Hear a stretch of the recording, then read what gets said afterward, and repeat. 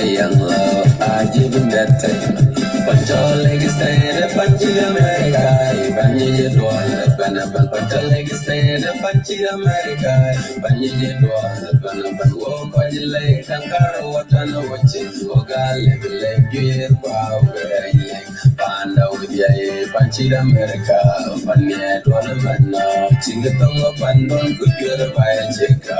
Wapu panda jiru wadya bi dwala venting.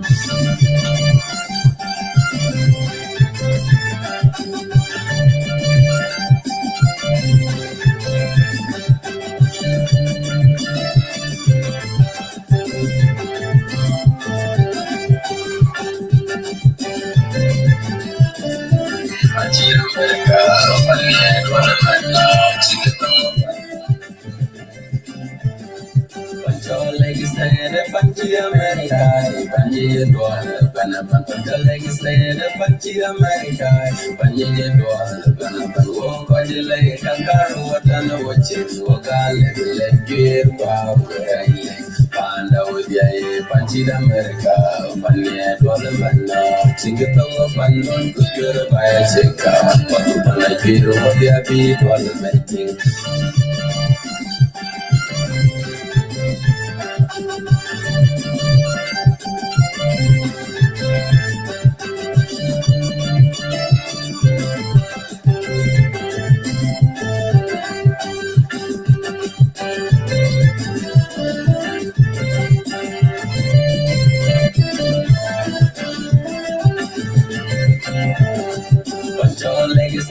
Panchi America, Panji Dwala, Panapan, Legislated, Panchi America, Panji Dwala, Panapan, Panjilay, Kankara, Watana, Wachis, Woga, Level, Gear, Power, Panda with ya, Panchi America, Pania Dwala, Singapore, Pandon, Kujura, Baya, share the video, guys.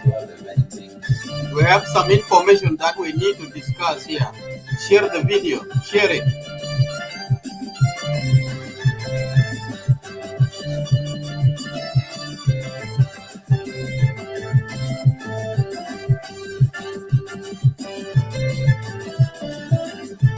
Share the video, guys. We have some things to discuss here regarding our home.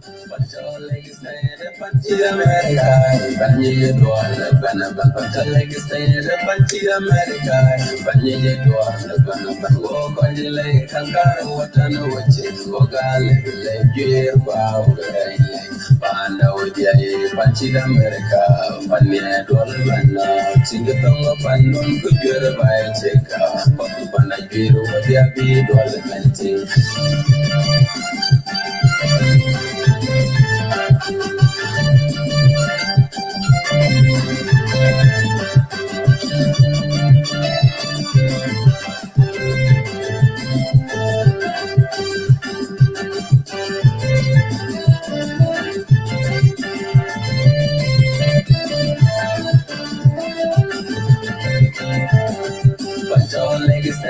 Panchi America, Panji Dwala, Panapan, Legislated, Panchi America, Panji Dwala, Panapan, Panjilay, Kankara, Watana, Wachis, Woga, Level, Gear, Power, Panda with ya, Panchi America, Pania Dwalabana, Singatonga Pandon, Kujura by a Cheka, Papa Panagiru, the Abi Dwalamenting.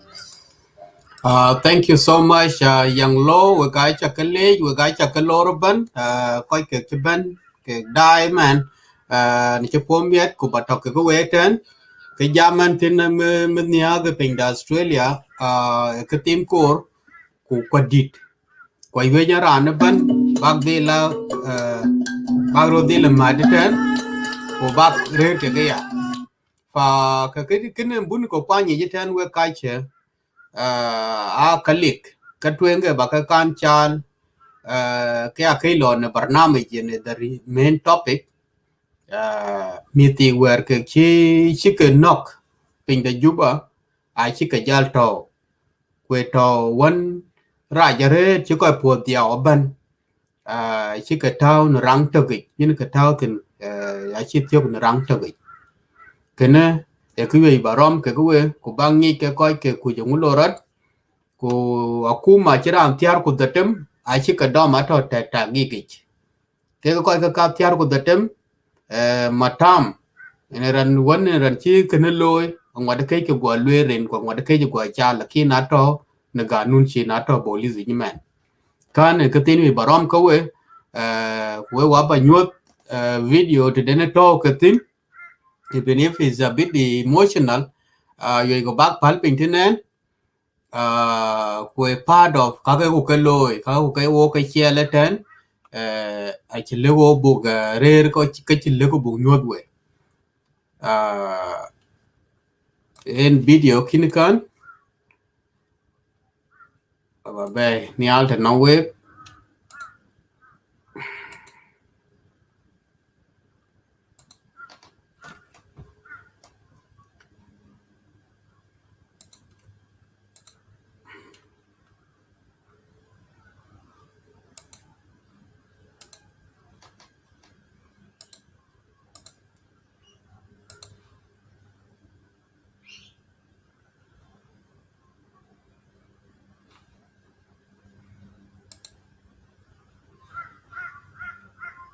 I know here on earth they will never escape justice.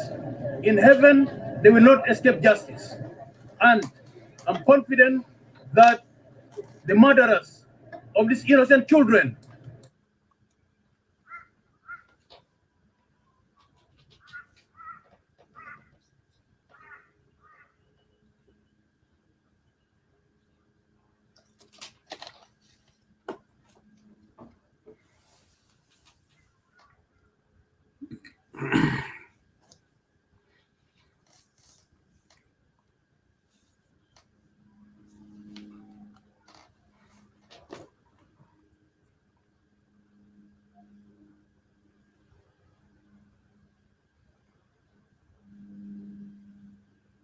I know here on earth they will never escape justice. In heaven, they will not escape justice. And I'm confident that the murderers of these innocent children will soon be revealed. And this is a very important lesson for the whole of our country, that you cannot shed blood of the most innocent and get away with it. I'm sure the government is going to do everything possible to make sure that these people are brought to book. I pray that the creator of the universe, the one who created these children, will not allow the murderers to get away with it. I also want to use this opportunity to appeal to all our people that senseless murder must be stopped in our country. Doesn't matter where. And that all of us must work together to end this culture of senseless and meaningless murder.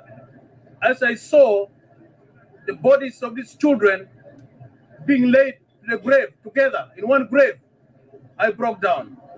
Everybody has broken down. Everybody's hit and badly affected.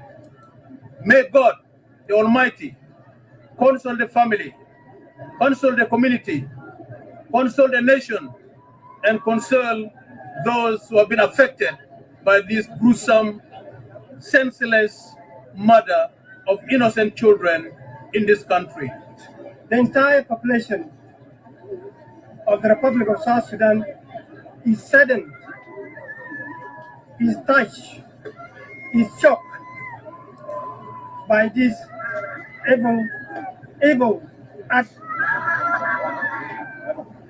The First Lady and the mother of the nation, she's extremely shocked by the news, the killing of innocent 3 young children. She condemned in the strongest term possible this evil act. And so she urged the family, the people the community, the entire society of South Sudan, that let's come, let's pray to God, Almighty God, to rest these innocent young children in peace. We are urging the people of South Sudan to abandon such practices, killing of innocent people, especially the young children. These are the future of the country. Let all of us join hands together and support this family. And let's remember to pray always so that there is peace, lasting peace, harmony, love, unity among the people of South Sudan. Right, let's take you back here now. And upon gaining it. Thank you so much, Koike Chiban. Those who are watching this show, I really appreciate your presence, and I thank you for joining us in this show today. It's an emergency show for me because the way I have seen the country, how the country is going and where it's heading to, it's need a collective ideas from all of us, wherever you are, whether you are in the country, in diaspora, or in East Africa. Please, we need collective ideas and analysis. There are two greatest things which has occurred in the country, and the killing of these innocent children is really affecting all of us, especially those who have children, the fathers and the mothers, and even the sibling. Even if you have not yet have children, and you have a sister or a brother, and if such a thing happened to you, it's something very painful to all of us as South Sudanese. It's something that we have condemned to the highest level term possible. So we pray for the Almighty God to rest the soul of these innocent children in peace. And we also urge the government to make a thorough investigation to get the culprit. The one who is responsible for such cold-blooded murder of these three innocent children has to be brought into justice and face the consequences of what the motive behind it. Whether he or she, where he come from, and what he think or what she think, what she was doing, and all this stuff, she must face the court of law.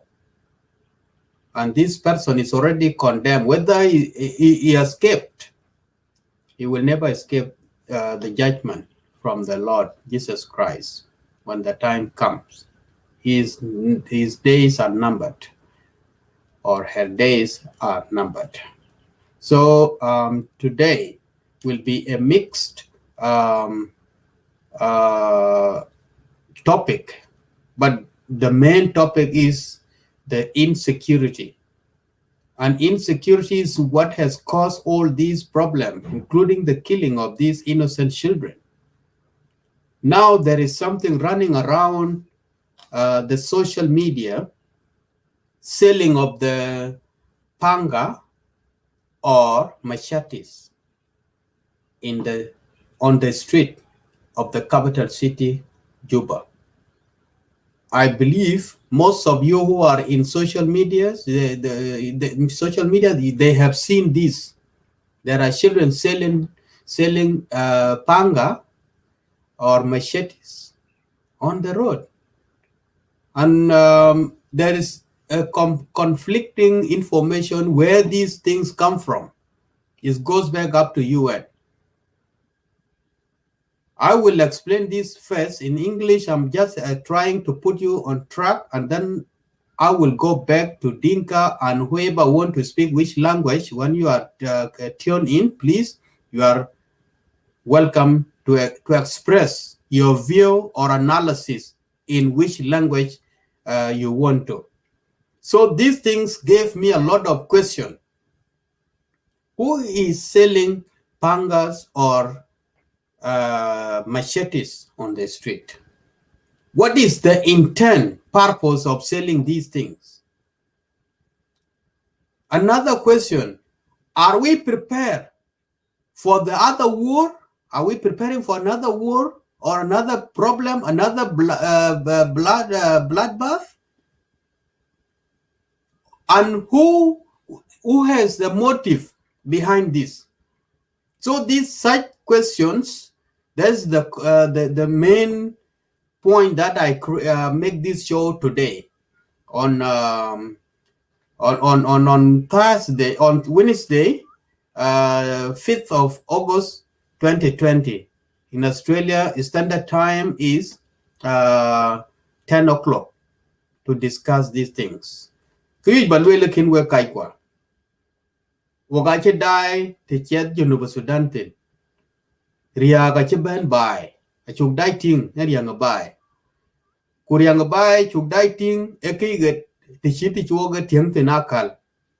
Naga mit ka diak mi the tiang tok ka moin tok bi kan nok bi mi dog nok pan ter nag che nag chakan ting pie di. Engu to ken ni ran ta ka ken ne angwa de ke yo ku kai ka tiar ku the tomato se ni jeman. Kwa kuma aloi tagik de bi matam bi yokin. Nale matam yok ran wan ne loy ken ke ke abik charin. Kwa ya ngot ku bi nyod ba no bi nyi je nga ran loy ke chide ken. Kidero ke kangro Satur alwa sep au panga acha ka ting ni Facebook jitan ku jala da social media agaje ka we ai ka gaje pan sugi ku ka ja ujeret ko lo ke UN ne ka tek te UN ka tek UN ka ba ka sep ka bana gai we ba guru le loy ka di ten UN ne ka gam bi ka la gai na che UN ne ka gam bi ka la gai ku na che ka gam e yinga yeke kwe ngu reason na UN ka yek sep kusakin kene anong halama safam be Arabi au big question mark when we bin ko woni madeten ko bu tagi bu larech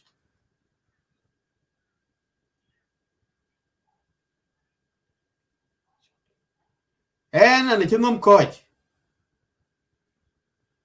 enwer ka shirka kuru loy anong ke taga panecho Rwanda in 1994 area gar yang ti jogrod mie ko lang bijala pade minded one right by en nong genocide di don chiro Rwanda non ko cho Belgium ku jala France bi sep di ka tek ko chen ban bi root tek ping because nong interest randa to ko chien nong ku wi beloy kwe bro lo Junub Sudan kana taki na che pat bi ka ga je pen ni je pat taki ndi ti ka kwa ka ga ban gan me ja che ka ga thot bai 2007 to 2008 damani tikaba de lo rat for Kenya na chiro no garet kwa ke ka lo ka chi ka taki ti ka ga ka chi ko ju chi ko ru no riam chiri kana chwe be puk pen pa ne chol Junub Sudan en yogo bu jam je tan akal bu ni en are responsible for that kwe kune motive en ugure ni ran ni ja kuma ka ku security tote de kaliu today ka yu bu ko jamme ke yen linga bata pinyi ten nan ran wi be ben nyal ko biya join ka yin be ben ku dinam batama ne din rane chol David Pachong mading en jam Sudan jadid ke panda ache pan ran one nong ran tiran the waiting kayen please bear with me kukan adniaran buk debate wo dia ache ku ye biya ga na tok en kwanye we ga cha kale jaret ku Pachong mading cha welcome on the stage.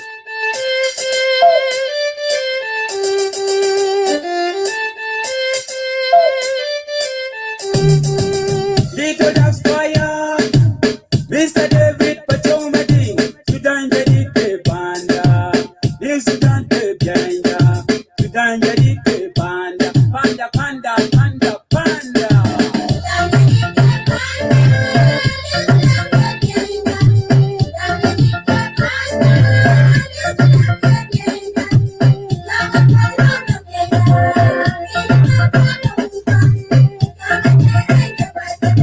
Dijaga merah diaru, kayu bukan janja. Dijaga merah kemana pun jadi wajib Sudan kelihatan janja. Wai nakali jiran ya wari, kacir wajib bukan Sudan janja.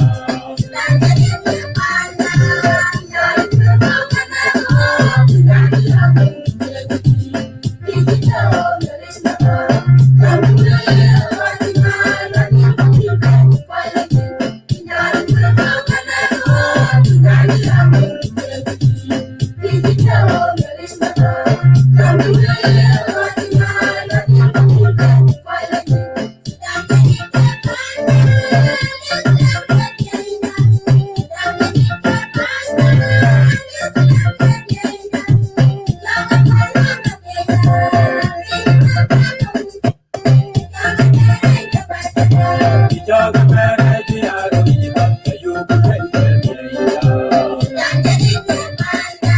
Dijaga merah kemana pun jadi wajib Sudan kelihatan janja. Wai nakali jiran ya wari, kacir wajib bukan Sudan janja. Wai kidubi, dulu pakai tol, buku wajib mati pai pandai, bukai kidu jeno kuli korlale, pai pandai ya korura na dalam ya benar, jiwa ya bai kilku wai bini ya kol.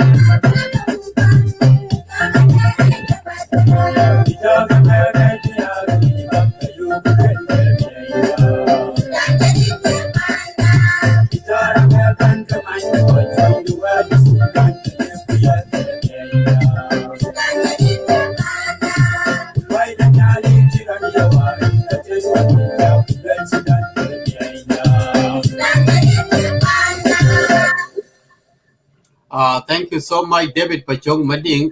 Sudan Jadid, Panda Japan Level Bukul, will never stop that. Welcome on board, Brother Don Larjan and Brother Emmanuel Malual. Welcome to the show. Thank you so much for your time.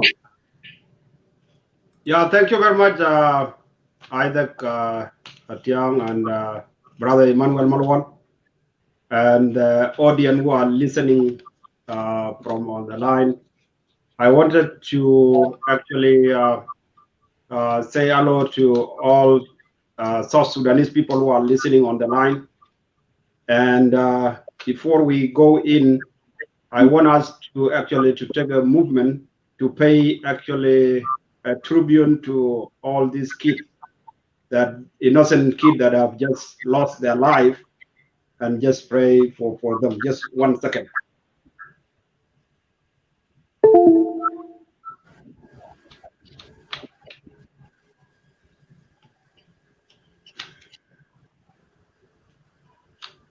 Yeah, that show actually that you know what happened is really a very tragic in a nation. And first of all, I wanted to greet you. My name is Bob Arjun.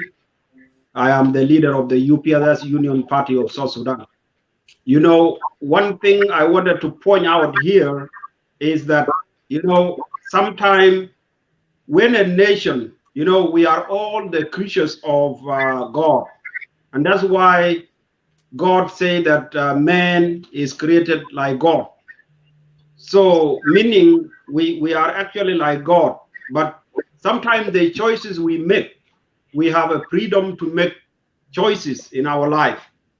So now when we make bad choices, God wants to teach us actually to have a change. So I think actually what is happening in our country is that God wanted to teach the people of South Sudan actually to have faith in God.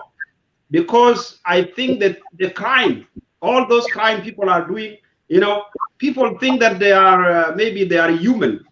But the way I'm seeing, you know, it is like whatever we are doing, these are the choices of evil. The thing we are doing, they are evilized. They are evilized things. All over, it's not even the case of these children alone. A lot of things, if you connect your dot from when we get our independence, a lot of things we are doing, they are not for human things. They are not, they are inhuman. Most of the things that have been done in the country. So for this, I think actually everyone need to check whatever you are doing. Sometimes, you know, the nation is actually is going on toward an evilized nation. That is what I'm seeing. And sometimes God will want to change. So when God wants to change you within the nation, there is going to be a lot of things, wonders that you never see in your life. A lot of things will happen. Leave about this killing of these kids. There is a lot of wonder, something you will put your hand like this and say, oh, this one, I never see it in my life. Why? It's because, you know, when the nation is driven to an evil thing, when everybody is doing evil, God send you things that you cannot imagine, and they happen in the country. So this is how I view it. So we wanted actually, since these things are evil, we must change. We must take action. People of South Sudan has to take action. From individual, from community, from tribe, we need to take action against this problem of tribalism. Because tribalism is the one that is killing everyone, everything, and is the one that actually is destroying the country. For this, let me discuss with you three things. The motive of this, you know, this is my own perspective, my own thinking about what happened. Leave about 16 people or 20 people being arrested because they are suspect. Hang on there. Hang on, Don Larjan. Just hang on for a second. Let me just clarify something here. I'll put down the topic. the topic that we are discussing now, which has forced me to open this show here in Australia, there are only two things. I'm passing information, the burial of the innocent children of the Republic of South Sudan who their life was taken innocently. And we have to give respect to the parents, the relatives, friends, and all South Sudanese, those who have a sympathy for them. So we don't need to politicize it. Number two, there is nothing shows who did this, which tribe is coming from. So we cannot judge it from now. Those 15 people who are accused and still under interrogation, there is no tribes that being mentioned who killed these children. Put it aside. Number two, the second agenda, which is supposed to be the main topic, I put that one first because it's still paining in my heart about this kid. That's why I put it first. Like that, we put give our respect, and then we move the insecurity of selling knives, machetes, and panga in the capital city. That's what we need to talk about. What is the motive? Who are selling this? But we don't need to blame. We don't need to complain about our backgrounds, about our parties here today. So please, and I interact with what we are talking here. I don't need you to go and run around salt to the wound. Yeah, very good, Isaac. Very good, Isaac. You know, first of all, concerning the burial of these children, innocent children, I think, you know, the act for anybody is inhuman. It's kind of inhuman. But I think the way I look at our nation, the way how it's going, because this is not the first time that people are killed innocently. So I think everybody has to be blamed. There are people to be blamed, including the family. You know, the family you are talking about. You know, a lot of people don't. You know, our people lack knowledge. You know, these families, the family of these children, you find they have responsibility to play here.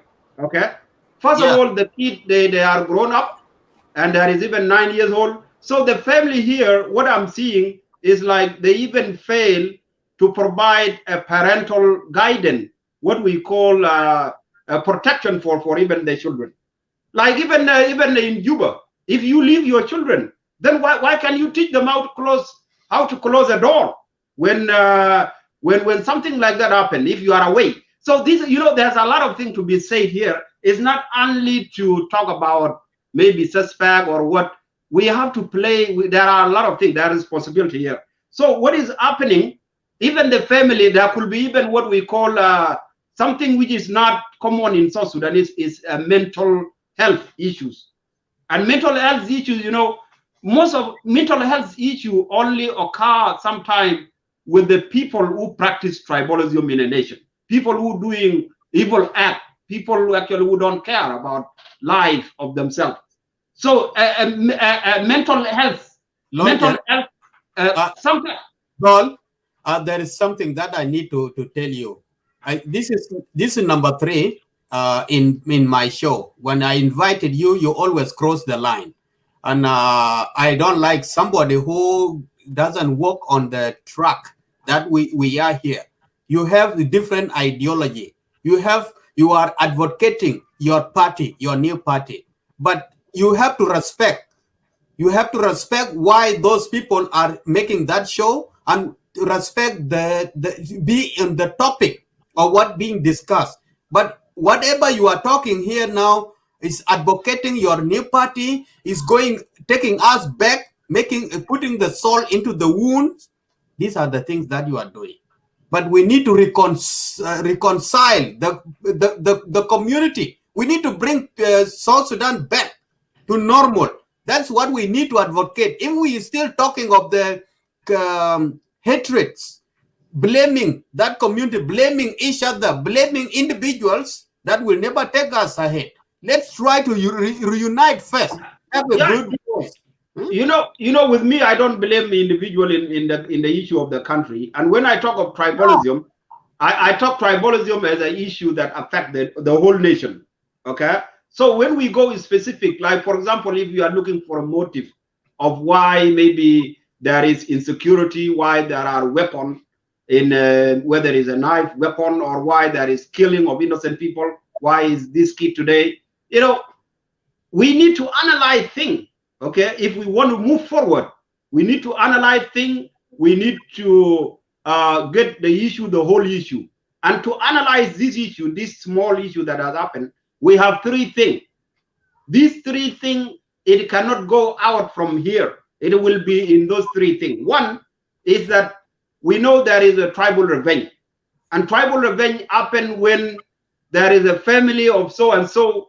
They have a grudges with the family, and then therefore they look for that family. This is a culture that has been there for a long time, and who knows that this family, they might have been having a conflict or a grievance with another family, or even with another tribe. Let's say, for instance, most of the Equatorian tribe right now, they have been saying they are hunting down Denka going from Kampala, between Kampala and between Juba. Has been a history is there. Who can deny that? Who knows? Maybe there is a family of those people who have been hand down, and maybe he just wanted to rebel. So we cannot dismiss factors that are there. So that's what I'm saying. So it can be one of those. The other thing is that one thing that you guys you lack here is connecting thing. You know, when we connect dot. We call connecting dot. Connecting dot means something you have seen happen before. You need to connect it to the reason now. For example, we have what we call a noon gunmen. A noon gunmen, usually they arise when there is something cooking in Juba. And we have seen that in 2016, there was a killing of individuals within Juba by a noon gunmen. Okay? And later on, after a week, then it devolved to a war in J1. So this is something, a point we can discuss on. We cannot dismiss that this kind of killing by unknown people, it might be a sign that there is going to be a war in Juba. So those are the things that we can. And then the other thing that I wanted you to look at is what we call a mental health. And a mental health usually happens within the family. Most of our people don't know that. Sometimes within the family, there is marriage, there is divorce, there is financial crisis, and people go get angry about those kind of things within the family. And then therefore, it may break up in a violent. It can break up in a tragic manner, like what had happened. So what I'm doing here is that I'm giving analysis for possibility for the government to take a correct action, to investigate, not bias, not by just going to maybe catch people and say this. We have to look at things in a deep way so that we can address the whole problem. This is what I actually say. If we talk about what is why there are weapons from foreign countries, you all know this from the colonization. Okay, weapons, they have been in the country in Africa, not only in South Sudan. In Africa, weapon has been coming from foreign nation to inflow into any country in Africa, and we know that whether it's a simple weapon, whether it's a pistol, whether it's a knife, or is a modified knife, or a sword, or maybe a PK-87 or RPG-9, all that. Okay, those weapons, they are not South Sudanese made. The only thing we can make is mud and biz. That is, I don't know what you call it, Yani, in Arabic or in Tongmonja. Yani, mud is a kind of a sphere. This is a sphere, or the other, you know, these are the tool we can make. Any other weapon, these are foreign made. And the reason they are there is that they want you to fight, to kill yourself, so that the nation is not a nation for people. It becomes a nation of evil. And that is why I see all those leaders that you are calling leaders right now. Those are evil leaders, but they don't know it. They don't know they're evil because they cannot revise themselves. So whatever act they do, describe that they are evil. If there is a killing of 20,000 in a single city, my brother, tell me, is that city a human city? No. The city is an evil city, but people don't know that they are practicing evil eye thing. So my brothers and sisters, what I wanted us what I want us to do here is that we totally need to change from what we are doing right now, and have, first of all, we need to have faith in God. Because without faith, without, you don't recognize faith, you will have actually so many strong people, a lot of strong people will actually finish killing themselves. Because right now, all the weak people, all the weak, including ourselves, we are on the net here. You are in Australia, I'm in the USA, maybe Madid is maybe in Canada. We are weak. The reason I say we are weak is because we leave the country because of problem. They strong, they are in the country killing themselves. And there will be a time when those strong, they will exhaust. So when they exhaust, then the country will be left for those foreigners that you are talking about. So this is a logic, simple logic. You can actually analyze. Why you go to Australia is because of war. If you are strong, you will not go to Australia. When I went to Juba, Paulino Matip never went to any country. When he came to America, he went back because he has gun. I have to go to Juba and maybe join them in Juba. So anybody now who is in the country, those are people, they have gun. They're what we call gun power. So gun power is usually actually happening when you have gun, you fight with another gun. So you are strong. Everyone say I'm strong. Then you pull gun, you kill the weak. The weak either flee the country or maybe get a gun and go and kill you. This is what is happening in the country. And the result you will see is what is described by these innocent children and the innocent civilians that were killed in 2013. So the innocent always express the feeling of God. God wanted to show you things that you can really feel. Because sometimes, you may do action and then you don't feel about. So my brother, what I'm appealing to everybody is that we want to change and have faith in God. One. Secondly, we wanted to change our behavior. By changing our behavior, we have to think outside our tribe. We have to think outside our tribe that this is my tribe, and then so and so kill it, I have to revenge. Or this is my tribe, I have to defend it from another tribe. That is what I describe as tribalism, and that's what is affecting our country. So thank you very much. I wanted to give the other people a chance because I don't want to dominate your show, but just to mention some few things about what is going on in our country and to keep our people on track so that they don't get lost. So for this killing of people there are three factors. I want to outline these three factors. So can you hear me, guys? Yeah, we hear you. Okay. Yeah. Greetings to you guys. Happy good evening to you guys, Isaac in Australia, and good morning, and good evening to us here. Dwalarjan, your argument. Sometimes, yes, I see what you say. But let's see the problem that our people are facing in South Sudan. Do you know that we South Sudanese diaspora, we are feeling the crisis in South Sudan? Good question. So you are saying we are feeling the crisis? Yeah, no. We are feeling the crisis in South Sudan. No. Okay, no. Why you say no? The problem already started. What we are doing is what we call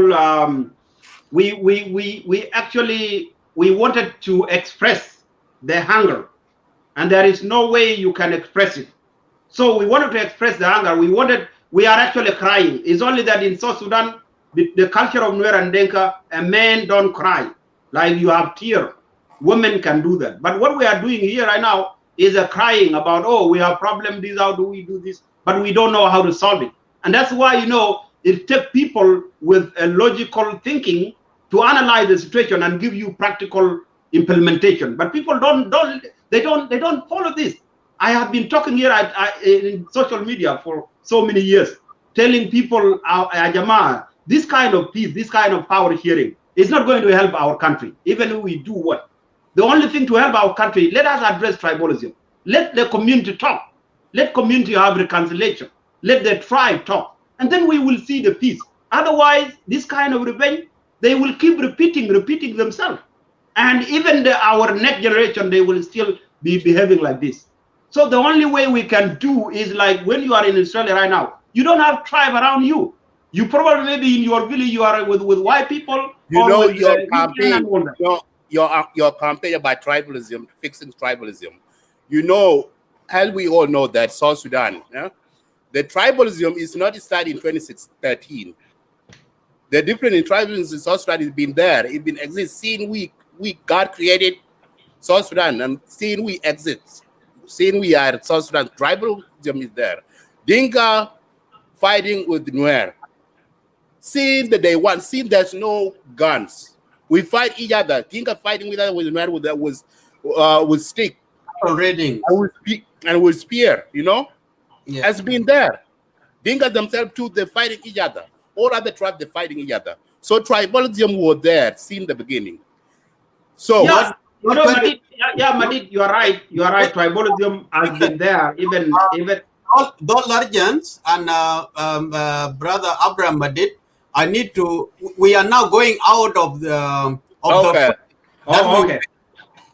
Because Don Largent has come here and preach his ideology and is trying to advocate and explain about his party, and that will not help. We will fix a day for such a debate to talk about it, but not today. That's what I always say. Today is it's a different topic that we're discussing. Is first of all, condolences and the prayers to our loved one that we have lost. That's number one. We have to give respect to these children and the parents, and we keep privacies of their names as well. And also to talk with those who are still using their images or the pictures in the social media. We have to condemn that one and shut it down. That's number one. Number two, we need to talk about the insecurity. What is happening in Juba, selling the knives, the machetes, and the panga on the street.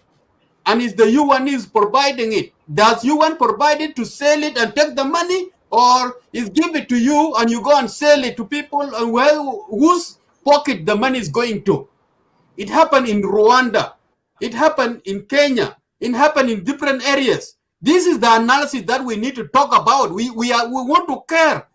Let's look ahead. Don't look back of what happened in 2013 or what happened in 2015 or what happened in 1983.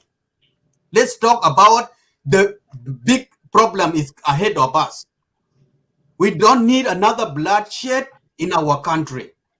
We are sick and tired of these things. What the Western are doing, if they are really behind this, if it is UN who is providing these pangas, what is the motive? We know that panga and the are given during the rainy season for cultivation for those who are refugees to help you cutting the trees and you build your house. But in the capital city, what is the reason for it? Why they are there? That's the question I asked first. But you are just taking us around the bush. You know, Isaac, one thing that we don't understand here is that, you know, sometimes in our culture, if you go to the bush or you go to fishing in a river and you got some fish and now they are ready, you wanted to eat them. So now you put maybe some wood and you put it together and you put your fish on the top of the wood and you don't have a fire. If you don't have a fire and someone else maybe is on the street walking and got a fire and say, this is a fire, are you going to say no to that fire? You cannot say no because you have a need. You need to light your actually and get ready and eat your fish. So what I'm saying here is this is because, you know, our people, they are already in preparation. They are preparing to kill themselves based on tribalism. And there are other things, they have tool. So when they give you the tool, it's like they are giving you fire to light your wood. This is what is happening in South Sudan. Okay. There is no way you can say no. If they give us the tools to kill ourselves, What can we do as intellectuals who are in diaspora? That is the intellectual question. It. Yeah, that is the intellectual question where we can sit down and think, because without thinking, there is nothing you can do. You know, the problem with South Sudan is they think they are smart. Well, most of you are smart. I have seen most of you are smart. But the thing is they don't have common sense. That is the one thing that our people need to know. Most of the South Sudan are very smart, but don't have common sense. If you are smart, you don't have common sense, the smartness is zero. It's not going to take you anywhere. What we need to do, your question is, what can we do as intellectuals? Well, for me, we need to address the root cause of the problem. The main root cause of the problem is that we hit each other because of our tribe, because of tribalism, and this is what we need to put on the table. If we hate each other because of tribe, and you say that we hate each other of tribe, what will be the solution? And that thing has seen the creation. This is the solution for that question. Don't never argue and say that it is never been there. Well, yes, our tribe has ever been there since we are born. But the problem is that we don't have a nation since we are born. Our nation is new. Our tribe is old. So when we have a nation, we mean a country, we need a different thinking. We don't think like people who don't have a country. Then we have to abandon the old grievances behind. Yes. So we need a new thinking. Common enemy. Look, listen, brother, Lord Jan, there is one thing. There is a time that a nation will stand as a nation. If there is any aggressions coming for your sovereignty, we all stand together. What is coming in now is not something coming out from us. It's from outside. If it is from outside, let's unite it. Especially we intellectuals out in diaspora. We need to have a look into it. We talk collectively to condemn this, and we have to block it. We don't need such a thing which has happened in 1994 in Rwanda to happen in South Sudan. That is the reason I'm here. But not to come and advocate or talk about what has happened or who hate each other and the tribalism in South Sudan. No, this is not the reason. Those motive, if those people who distributed the Pangas or who gave it, maybe they said, as you said it, they are giving it for us. They know we want to kill each other. So he gave it to us. You go and kill each other. Do we accept that? No, we cannot accept that. We have to look into it. And there are ways that we need to come and analyze how to stop that. That's why we are here. But we don't need to come and argue. You are pulling us back. Let's get concerned of what is happening, not what has happened. That thing has gone. We lost life. Thousands of lives has gone. Will never come back. But we don't need more lives to be lost again in the country.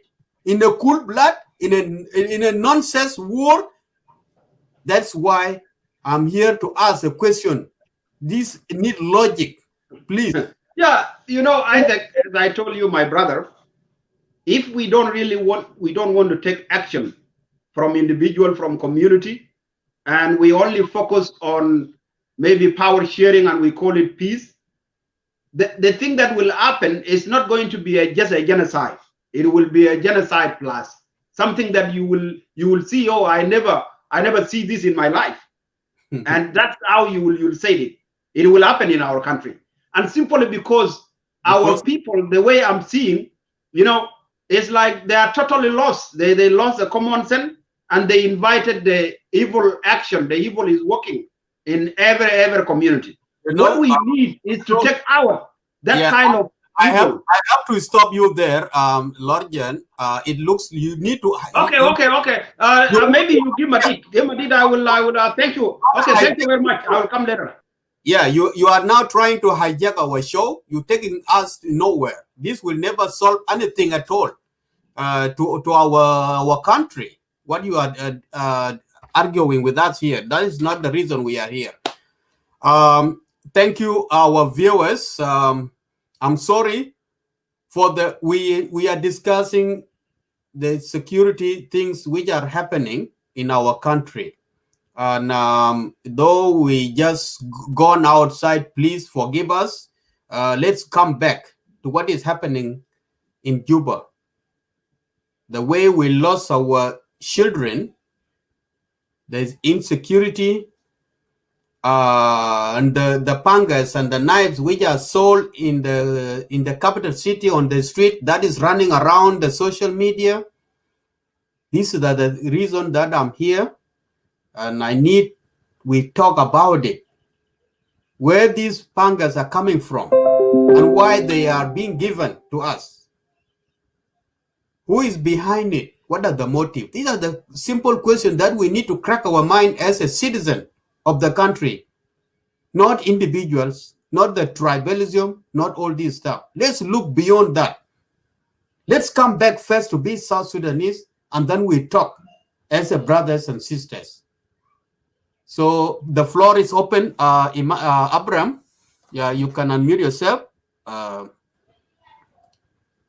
Yeah, Emmanuel, give time to Emmanuel. Let him go. Emmanuel, go ahead. Emmanuel. Yes. Yes, Isaac and Madid. Good evening or good morning. It's morning for me. Yeah, it's evening. It's 9 p.m. now to us here. And in morning. Yeah. So what I want to say is my condolences to the family and friend of Professor Edward Andrew. That is one. Number two, it is really sad. You know, sometimes when such things are happening, these are our people and our community. They don't look at the nation as well. They are looking at the individual. Dollar lecture is just out of topic, which should not be the one that we're supposed to talk about. You know, we're supposed to see what we can do to avoid other incidents. Yeah, welcome.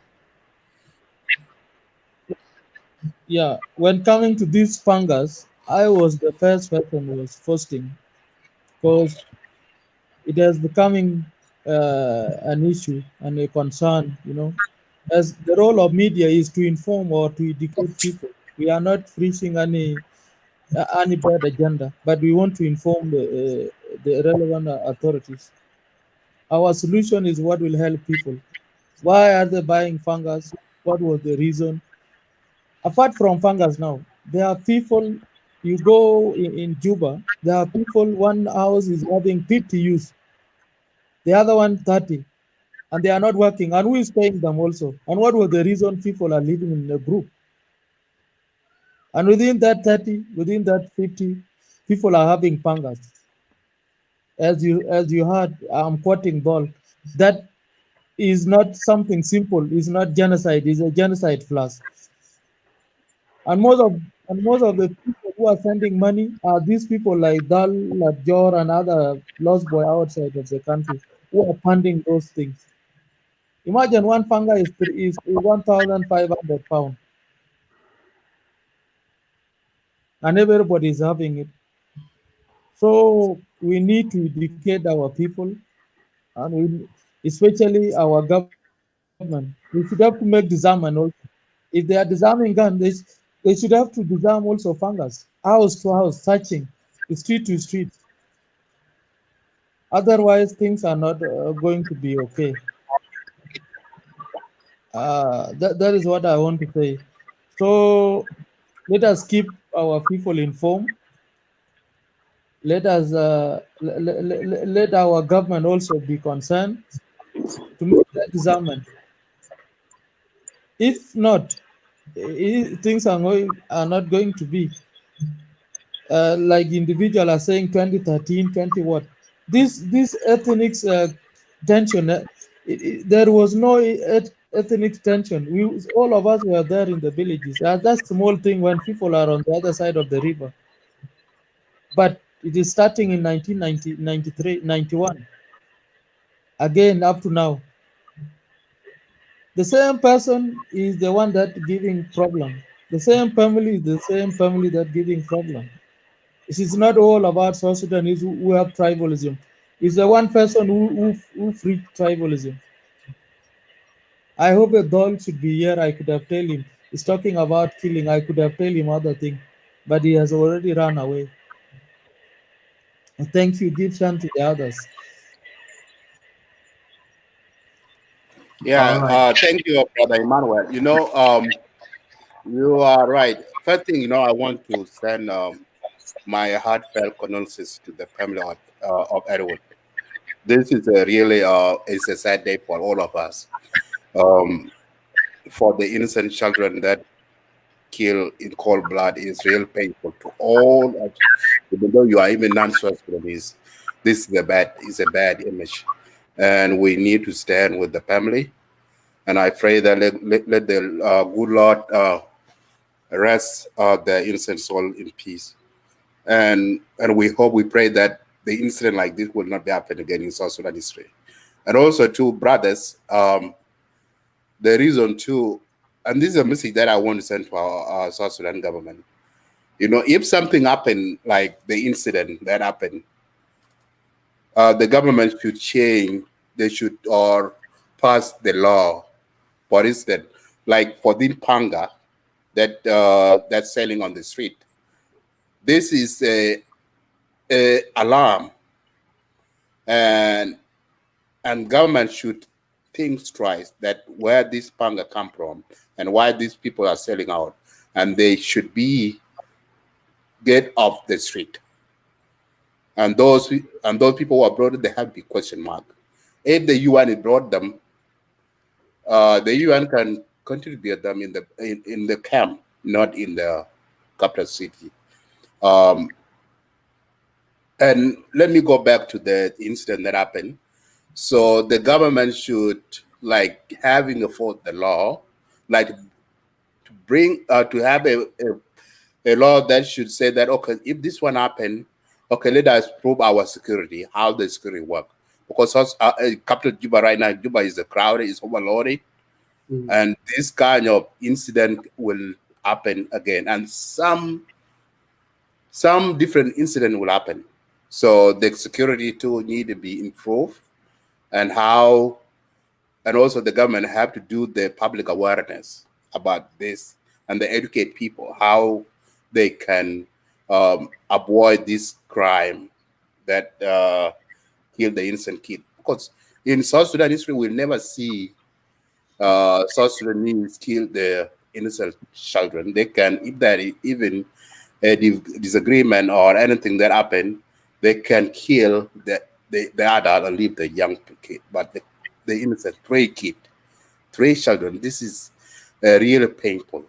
And those, I hope government should bring those individuals into the accountability, and they should be held accountable for it.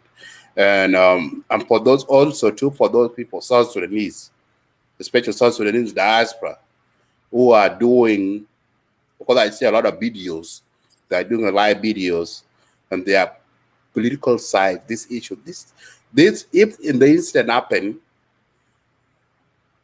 can we unite it? I thought that South Sudan can unite it under this incident, because nobody can support the killing of the young children, because we are all fathers, we are all mothers are there, because we should really condemn it and stand together as a South Sudanese and encourage our people that back home that this thing will not happen again, that the young kid will be killed. So this is the message that I want to send those our South Sudanese who won, like I see a lot of live video, which is a very sad moment, because the family are in moon, because we should stand with the family and not get aside, okay, this happened because of this and this. That we need to stay away from those and give the family a space. And also, if we come out to a live like this, we have to talk about how to prevent anything that will kill or will bring another incident like this. And those Pangas, yes, the government and security should think twice. Because you mentioned very good, Brother Isaac, what happened in Rwanda, and also what happened in Kenya during South Sudan government should learn about those incidents up in those countries. So those weapons were used in those in the war in Rwanda, and that is South Sudan is not that far away from that that crisis. So the government should keep an eye out if something, because we see even us here, and that's the reason why I'm asking Gwalajin before, because I had that the South Sudan diaspora, we are feeling it, because we see a lot of opposition in the diaspora, more opposition than in the country. Yes. Yes. So, and this is the real sad that we see, and that's what really hurt me a lot, because we people, South Sudanese who diaspora, we should know better than people back home. We should educate them. We should talk the language of peace, the unity, and development. But I see that that's not. We are divided.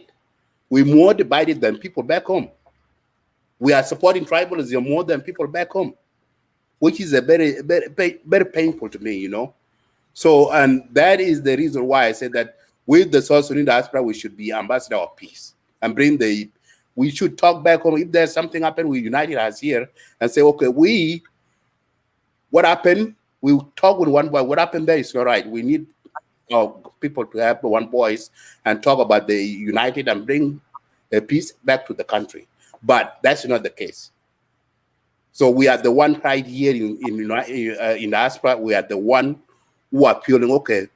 So some of the group, and you see some of these individuals that are doing live videos, and they're supporting their movement, And these people who are talking about they are going on the street. That is for example, the Red Card movement. When happened, okay, and that will happen again. Protests, and if that protest going on, they will use those pangas, and that would be a genocide. So why the South Sudan government should stop something before it happen? So those weapons that have been sold on the street should be taken out, disarm those. And one of the things that Emmanuel mentioned about like 40 or 50 people stay in one place. That is a question mark too. Why in the world the 40 young people that stay in home, and that's a capital city. So if there is incident happen, like even one little bit, single thing happen, and that will be a huge blow. So this is the awareness, and we need to send the government that you need security in the state. Just keep an eye out for those things, small things like that. If there's something you need to stop it before happening. So this is a message that we need to send out to the government and to our people back home. So that is the case and I will give another chance to our brother Deng Kamis, who came, and thank you. This is a very important. It's an interesting topic that we need to discuss. Thank you so much, Abraham Madid. And I would like to thank Oyet Patrick. There is a statement he laid down here that in fact most of the guys in diaspora are the one confusing the world of the general issues happening in our country, in South Sudan. And that thing, I agree with him. We don't have the heart of the love of the country. Everybody has a different interests. Like those who are advocating to hand over the country to the UN, and the country reflect back what has happened in Congo. Countries being held by UN, what they are doing there, and it's unbelievable. Thank you so much, Patrick. I will give the floor to my brother Deng Kamis. Welcome to the show. This is a concern topic for all South Sudanese who are living in diaspora and also in the country. Seeing the danger is coming ahead of us, we have to come up, we talk about it. That's why we are here. Join us, please. Thank you. Thank you for inviting me and your viewers and my brothers, Emmanuel Molwan and Abramadit and Don Larjan. I always miss him. Yeah, John Legend. He come first and he just took off. And Always like to yeah, dominate and come. so I never have an answer to him or asking him a question. But one day we will make it. Um, yeah, I know mm, Oyat, Patrick Oyat, I think he's one of the journalists in South Sudan there. I have seen him Okay. advocating for the last 4 or 5 years during the peace agreement in Oh, Addis yeah. Ababa. I Wonderful, think, I believe wonderful. Patrick is a he's a CG. reporter, yeah. So, Yeah, South Sudan, oh, SSSBC. yeah, I Oh, remember that. So he's beautiful. actually Oh, to know what he's talking about. He's more familiar than with what is going on in the country than we do. no, So, it's not the one. all right. The other one is Patrick Oyat, and this one is called Oyat Patrick. They are Oh, different. okay. Maybe Yeah. I'm just assuming maybe the name. Assuming so, but his picture is showing. It's not him. It's not the one. Journalist. All right. Thank you. Go ahead. Okay. So yes, what I will have to say for the first place, thank you for welcoming me and my brothers. Oh, it's a very important topic. The first thing I have to just highlight or take it out from my talk today is about the killing of those three children. We have been talking about this for the last uh, couple of days, and it's causing a lot of drama. I myself, I did send my condolences to the family when it happened, and I have to stop from there today because it's just a matter of time, and it's in the hand of authorities. It has nothing to do with us. It's something that is not a political thing that we have to advocate it for it. It's a normal crime that happen in any society. The same thing happened uh, on Saturday in my city where I live. A woman killed her two children, and nothing the Sudanese can say, and they live here in America. And we always focus on things that is not actually not going to help us. So for me, I have to leave it there. It become a tribal thing. So from the day one thing it was happened, those who were actually try to put the condolences and try to figure out what had happened and own the accusation, it came to be a tribal issue. For me, I have to leave it there. I'm not going to talk about it anymore. It's just a criminal case, and the authorities will deal with it. When the result come out, we will be able to have some more time to see what to do with it. Only one thing I have to disagree with my brother Medit is that where the law, the government doesn't have actually a million page of law somewhere in any country. When other thing happen, like what happened in Juba, if it is something connected to the community, uh, it's a it's an organized crime. Then the government will come up with the law and how to deal with it in the future when it happens. But if it is individual crime, it will fall onto the same law that we currently have in place. Um, on the law, that's why we have to have some amendment and changes every time when things happen. And the human being make the law after incident happen. We can determine what is going to happen tomorrow in our life, and that's why when it happens, the law has to come from there. But we don't know yet how it's going to end up to be, and that's only what I can say. We don't need a law for that. It's just a crime. It's an individual crime.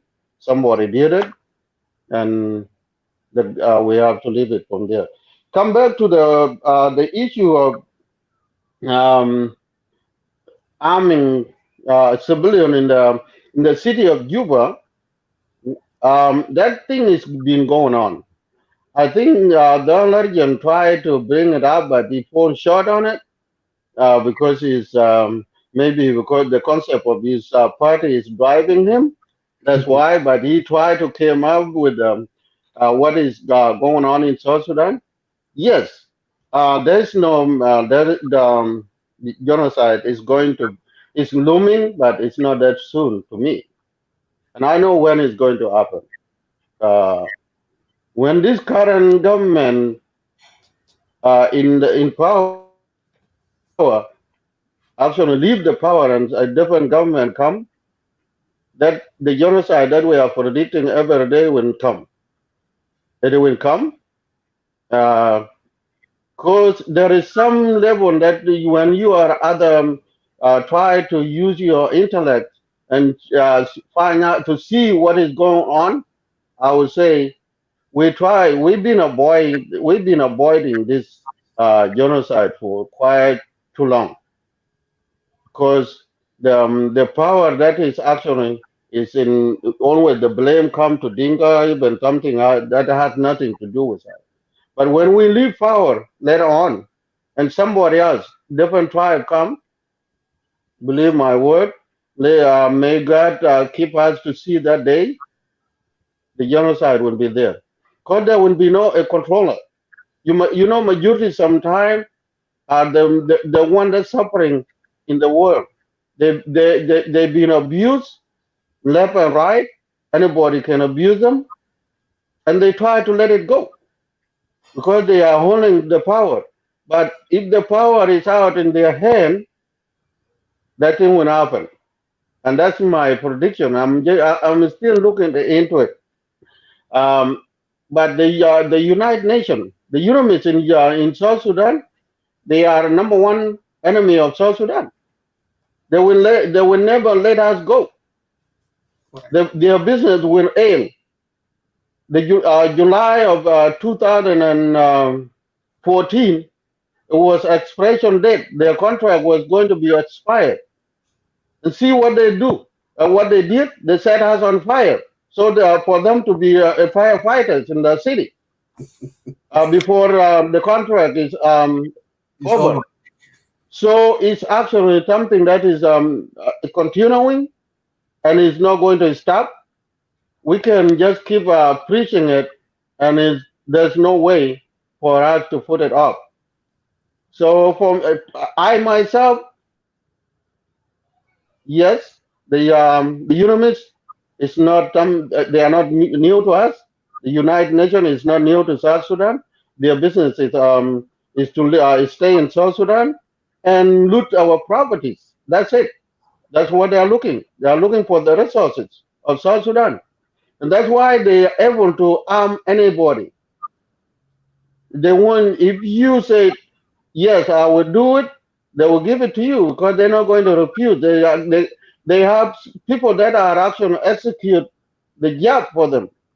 So those who can execute their duties, they have to find a way. The question is why they're not giving it to the people that actually need help right now. In central Equatoria, we have displaced going on now because the tribal thing is kicking up in Equatoria. Those people they need help. They need those Pangas.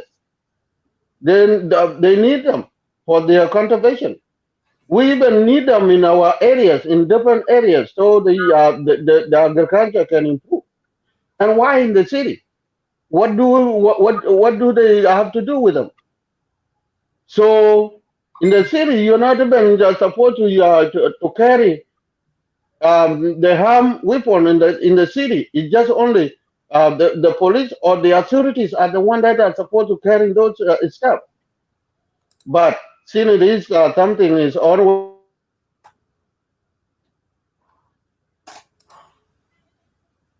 You have a network problem? I think Deng Kamis has a network problem, and I appreciate his point. We'll bring him back again. I think my connection was actually trying to go up. All right. So I have to start from here so I can allow my brother to put their opinion, and I will listen if I have any interesting to respond back to them. I will be able to respond. But the thing, what I know, the thing that is happening in South Sudan is not, it's not really need us to lay back. We have to be tough enough, try to get to the bottom of the issue of the United Nations in the South Sudan areas. What are their role? What are they trying to do? But we already know. Politically, we know. I know a lot of the FDs are the one that are running behind the UN trustship. That's been their goal from day one. They just been advocating for South Sudan to be handed over to the United Nations. So that thing is not actually done yet. We have a long way to go, and the other parties, all everybody try to find his own way to the point they will do anything they will do, but the government have to be careful. My brother Medit and Isaac, I have two more issues, but we will talk about it other day because there is the problem circulation going around about the internet security issue in South Sudan and the other issues regarding uh, regarding the interview of Jack Deng Chianko with the president as spokesperson. Those things we will talk about it because they are more damaging too. We have enemy everywhere in our country. We are the enemies of our own country. So I have to leave it there. I yield it back to you. Thank you. Oh, thank you so much, Deng Kamis. I appreciate your points and your opinions that you have laid down. There are some points that I agree with you, especially regarding the UN or prediction of the genocide or another war or a bloodbath to occur ahead of us. That is absolutely correct. Because the current situation of the country, if you look into it, is the worst than during the movement times. When we were in the bush and during the rebel time, there was a government. All the Operation Lifeline that were based in Lokishokio, if they fly to South Sudan or in the SPLA areas, they must be given permission, and everybody in that local area must know who is coming in and who is going out. But now in South Sudan, I found out helicopters or UNAMIS, they just fly throughout the whole night, going out, coming in, going anywhere without follow-up, no security issues, no radios in the airport that they can communicate. We are going to sit in a yurt, we are going to Rumbek, we are going to Juba, or all this stuff. No communication. They just took up. You hear a helicopter just flying day and night. You don't know where they are going, what they are running after, and what is their mission. All these things is a mess. The country is totally in mess anyway. And what we can do is to stand up as the citizen, especially those who are in diaspora. You see, when the football match is being played, those who are in the field, they don't know exactly who is playing perfectly or who is not playing well. But the audience, those who are outside the field, they have a very good eye to know, to mark people. So this is how it is we who can advocate, and we point out where the mistakes are happening and how to fix it. We can talk, our voice will be heard one day. So thank you so much, Deng Kamis. And I also welcome my brothers on board, Gabriel Alat and Majong Rial Adeldawi, who is Manyang Madurkoy. welcome to this show. It's a very hot topic, and it's very concerned one that we need to elaborate the concern. What is going to happen if these things are being allowed to happen in the market? We'll start with Gabriel Led, who came first, and then I will go to you, Manyang.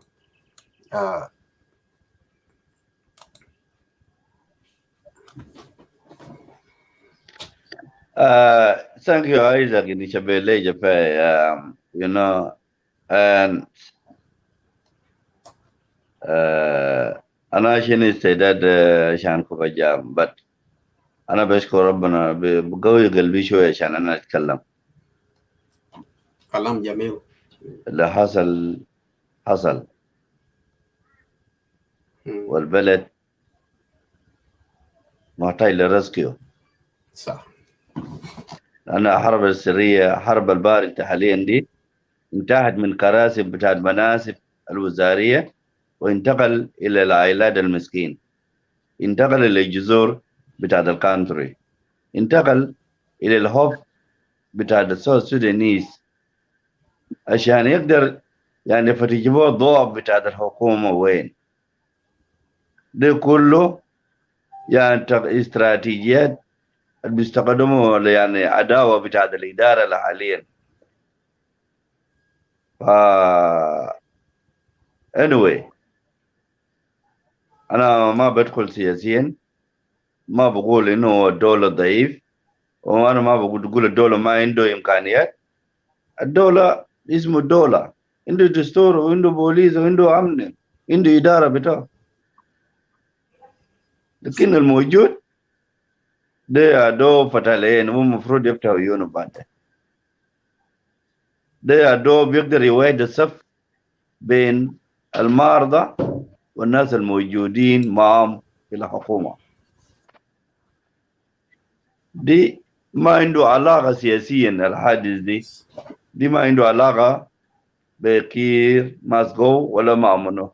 ده اسمه كريمنال اكت، ده جريمة جنائية. حتى الناس القبضهم 16 القبضهم ده بيمشي بيتعرف فيها من بدري بالاعترافات. يا دوب الوقت ده بيثبت عليه انه هو ده القاتل. إذا وزم يعني كلا بس حاليا ما بنقدر نثبت لهم ان ديل هم يعني القتلوا البنات. يا لاندرو ده دمه ده بيجي ما زي الدم سياسيين اللي لخبطت الناس اكلوا بين لف رايت. في سياسيين اكلوا بين لف رايت، حقه ما بيقدر يجي. في ناس متعلمين ميبي كتبوا بين اللف رايت لخبط بو الشعب. لكن ديل مساكين، ديل ابرياء مساكين. ابوهم بيصلح في النيشن، ابوهم بيمشي على اساس انه يعلم الطلبه وطلبه يجي دارين ناس مسؤولين. امهم بيعين الاطفال في البيت. دي المساكين ربنا بيطلع حقهم، ده دمهم ده بيطلعهم.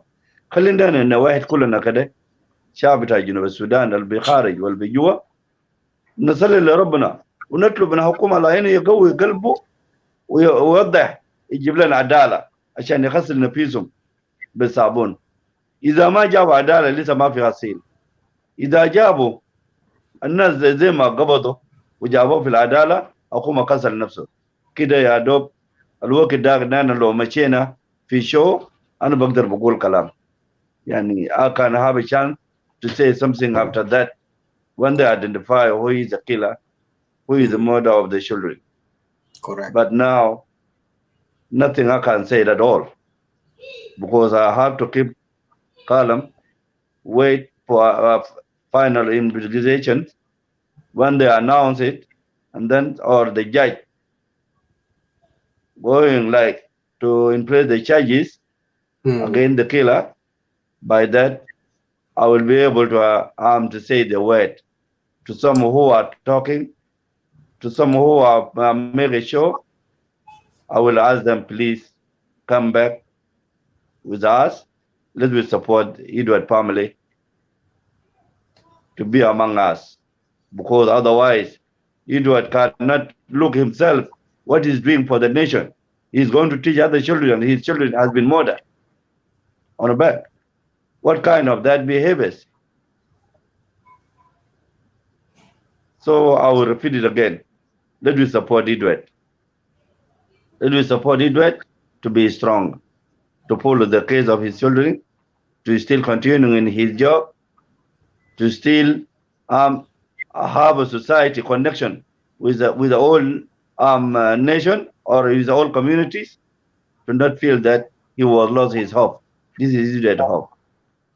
So yesterday, I would just like to send a bit of some of send message our Lagos State media to one who is host the show. I've never been share his show, but yesterday I was feel happy. But it's not that I hate him, and I'm not not interested. But I shall tuang jang balega tuang jang before copy. Mia call my lana trader near lay, and the amana lay for near nonga in Randa. And you told me yesterday to the Kichaloy, Kina replied to Nera Natural and Actual into it Andrew a check. Edward Andrew a check propagandas. Is not supporting Edward Jumbo.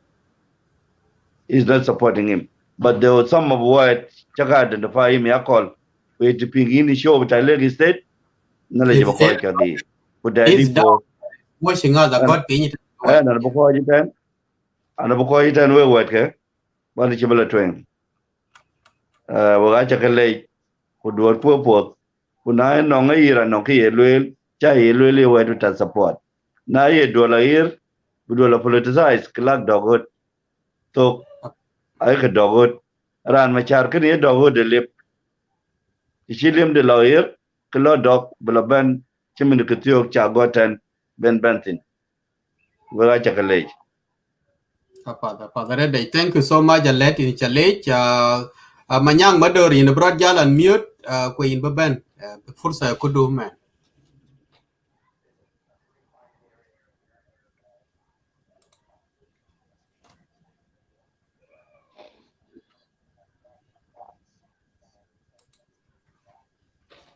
Manyang Mother in a chair cooping.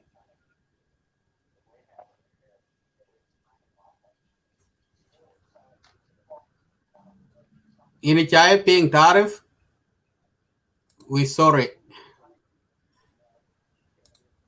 Lower it and unmute yourself, Manyang. Not yet.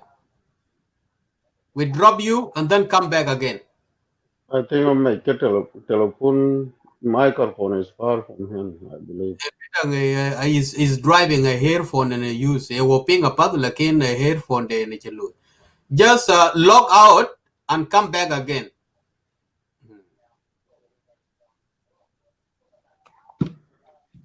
Okay. Brother Gabriel, that's a good analogy. So it's good sometimes to encourage instead of just focus on negative stuff every day. The issues of South Sudan, they take it a different way. When you speak as Dinka.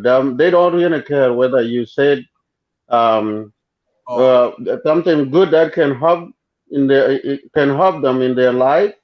They will not take it that way. They will just look at you. And when somebody speak, you can see it just from Kakua or Mundari and Anyuak, all these things, but they're not going to change anything. We will start from there for a long time if we don't change our behavior. And most likely, the problem is here in the West. In the Western country, this is where our problem are, because we take things out of hand. We don't even wait for the investigation. We don't justify the information to put out there. You just want to be the first person to be heard that you are actually putting out a very good message. But we can, all of us cannot be a journalist in the for the country. It wouldn't work. I don't think it's going to change anything. The country need us. We have to know, to identify our duties. What are we actually doing? Okay, our brothers, they are hosting the show. They are moderators of today. That we can give them, we can say that title to them, and we are the speakers. So they know that they came with a topic, or when you request the media to come and talk, you know what you coming Why for. I think? Okay, that's good. It's your chance. You can go ahead, Lotwin. No. Finish your point, Ding. So everybody have to have the identity of what you're actually talking about. You cannot be a medical doctor at the same time. You cannot be a preacher at the same time. You cannot be a judge. You cannot be a lawyer. Then this is what mess our country. We don't even know the professional Fields. duties that we are actually supposed to do. When you become a businessman, you're supposed to talk about how you try to focus on the price line, how the price will change, and how you're going to sell out your item, and you're delivering when it's going to come in, and all this kind of stuff. But if you come here and you telling us that you want to operate, you come and do operation on somebody who is actually have had this, then you are killing us. You're killing that person because you are wrong person to yeah, you're not a surgeon. You are wrong person to do the surgery. These are the problem that I actually identify. We don't have a differences, and most of us, some of us, actually, we're arguing with them.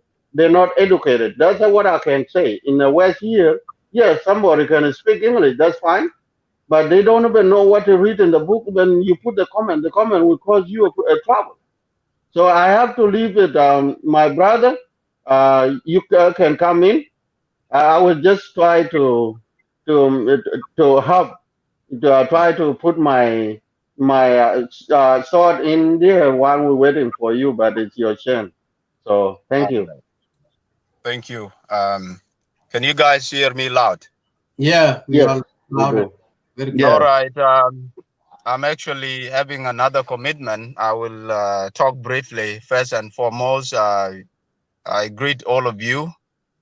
And secondly, at this particular time, I would like to register my heartfelt condolences to the family of Professor Andrew,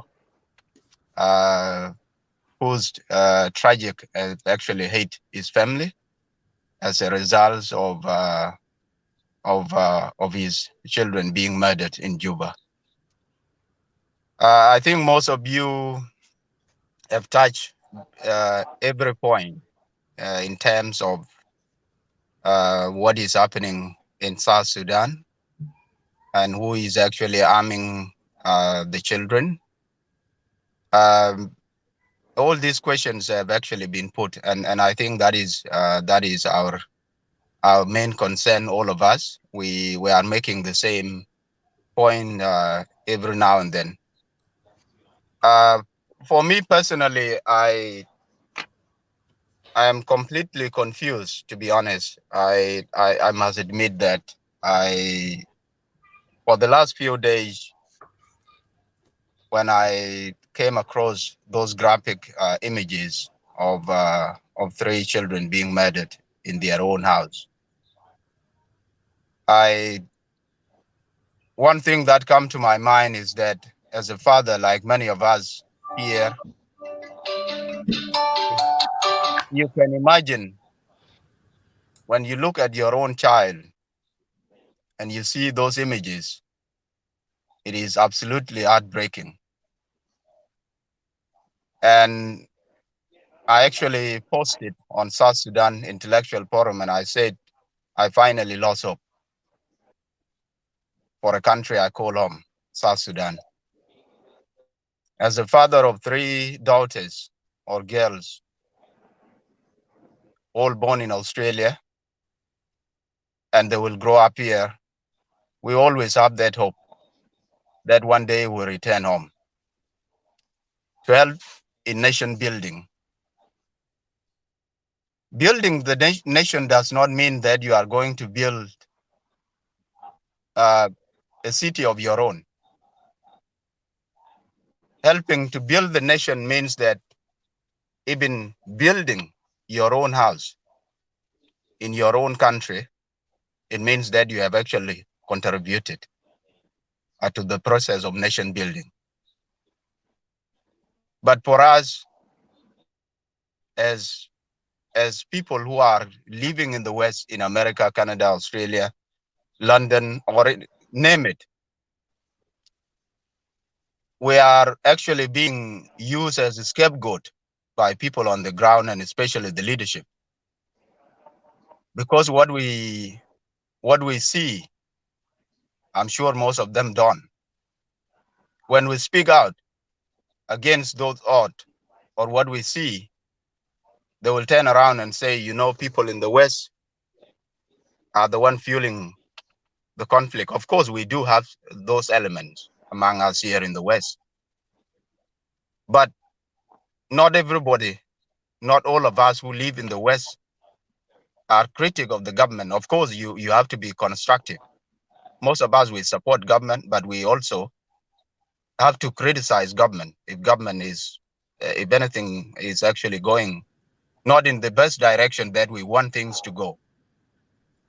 Because we have lived in the West, we have learned how politics are operating here in Western world.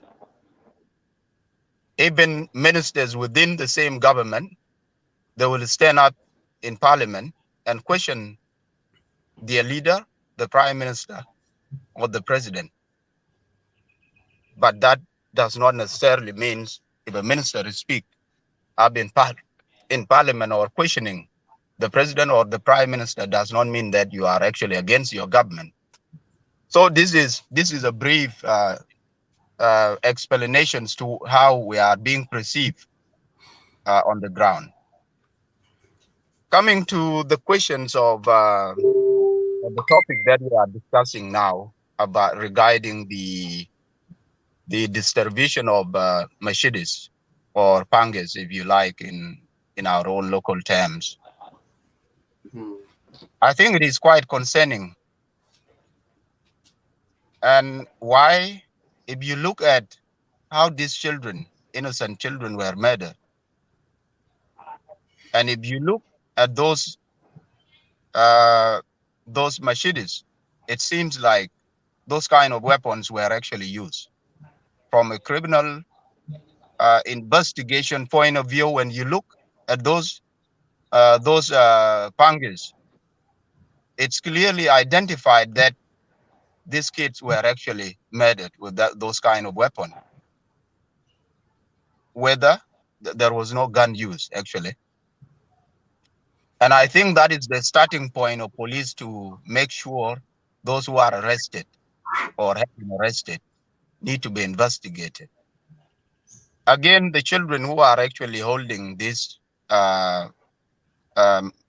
machetes in those pictures, they are underage. Some of them are probably 13, 14.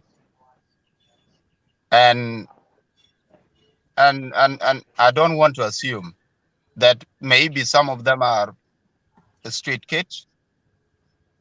And if they are, what do they use with those kind of weapons? There's a lot of questions that can be thrown there.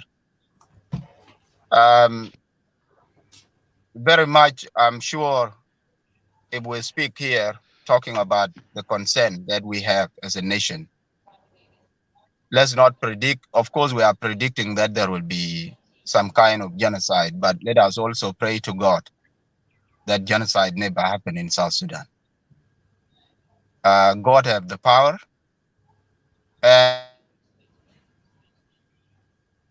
Oh no. You are in the right point, but the internet, the also have the power to, happening. Sorry, someone just called me. Oh yeah. Hello? Yeah, go. Yes, I was saying that let's all pray to God that genocide will never happen in South Sudan, even though we are seeing that there will be, like previous speakers actually put it, that or most of you, why that can happen. We have the security, we have the police. Prevention is better than cure. The earlier we act, the better. But and the earlier and if we don't act early, then that possibly it will happen. But God willing, it will never happen, because South Sudan, we have gone through era of not only one war but two, 3 or 4 decades of struggling to gain independence from the north. And if we have actually fought and achieved that independence, then why are we always ready to destroy what we had actually struggled for, what we have actually lost millions of lives? And what are we going to gain out of it? We will not gain anything. So destructions of life and destructions of properties will not actually be the best models used in order to, to change the regime. The regime must be changed through ballots. If we are thinking that Salva Kiir is doing this and that, but why are we not patient enough to challenge him through ballot box rather than challenging him through bullets and barrel of gun? This kind of concept in the mind of many people who see government in South Sudan as a Dinka government, I think it is a evil concept. If one is there seeing, actually the Dinkas are the one that's suffering in the country the most, and in particular the people of Barguzal, where the president is from. So let's be patriotic enough as citizens of South Sudan. To join hand together for better of our nation, so that South Sudan will one day be like any other country. The other thing that our government should put into their considerations, if you look at countries where there is United Nations or peacekeeping force operate, we should take example of Congo. We should also take example of Central African Republic. We should also be taking example of a country like Somalia and Libya. What are the other countries? If you look at these countries, they are so rich and they are the poorest. Take, for example, of Congo. Congo is actually one of the richest nations on earth and is one of the poorest countries in the world. And simply because the United Nations have actually messed it up. They are the one controlling the resources of that country. They are the one that controlling every institution in the country. Until South Sudanese government stand up an African continent as the whole to challenge the so-called the UN. The African Union should set up an army of our own. If we are talking about peacekeeping force or peace in our own continent, then we should not really be relying on the United Nations. The UN is not providing anything to our people. The UN is actually the one that is destroying our country or countries as the whole, or continent of Africa. Enough is enough. Imagine if you allowed sitting in our national parliament for what? Are they elected representatives of South Sudanese? I see most of them sitting in security meetings For what? I see random, they are allowed to travel, like you mentioned earlier, Mr. Isaac, that they are the one that traveling whenever they want to. They end up in Rumbek, airlifted to Bentiu, oil fields like Paloch, places like Malakal, places like Bor, Ayot, what, name it. What are they doing in those areas without permission from our government or the national security or the national army? I think until we stand up and say enough is enough, we don't want UN miss, we don't want UN forces in our country. We need African or regional forces if there is a need for us to have United Nations forces. We have our own, but it is time now to end the mandate of the so-called UN miss in our country, because enough is enough. So I will stop from there. But our government should not see us as if we are the one fueling the conflict. We are actually the one that trying to rescue the country from this mess of the United Nations and whatever and whoever is behind them. So I will allow the rest of you, and I will probably follow you, because I am actually heading somewhere, but I will definitely be here watching the show. Oh, thank you so much, Manyang Mother. It's a good point. You really put the points down here, which are the real part of this show, and is the reason we are here. We are concerned, and if we are concerned, we need to work hard. There is somebody who is in loud to speak here. I need to mute him. Yeah.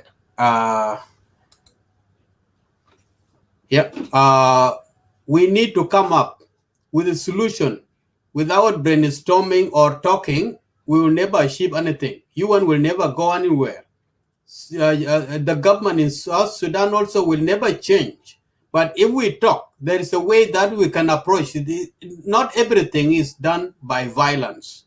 The peaceful talk is what has granted the civil right in the United States of America for the black and people to have right of voting, even if there are some few legislatives which are still discriminating them. We need to do that. We are the citizen of South Sudan. I went back home in South Sudan in some years back, and the way I have seen the security, how it's being handled, is totally enmeshed to me, and very corrupt. And we who are in Western world, we have learned a lot how the government is run, how the citizen, they can voice their right. We have learned these things, and we need to preach it out. It will never reach home to them if we can't stand up here. So thank you so much for your words, and the rest of my brothers who put the points in. Is a great concern for all of us here to see these pangas being sold on the street, and those who are selling them. I haven't. I tried yesterday. I've been trying the whole day, but I was working in night shift to catch up with one of the officials in the government, such that it could be a part of this show today. But I failed to get anyone of them. They didn't pick up my phone. But hopefully, I'm still insisting. I will bring some of them here. I will bring anyone.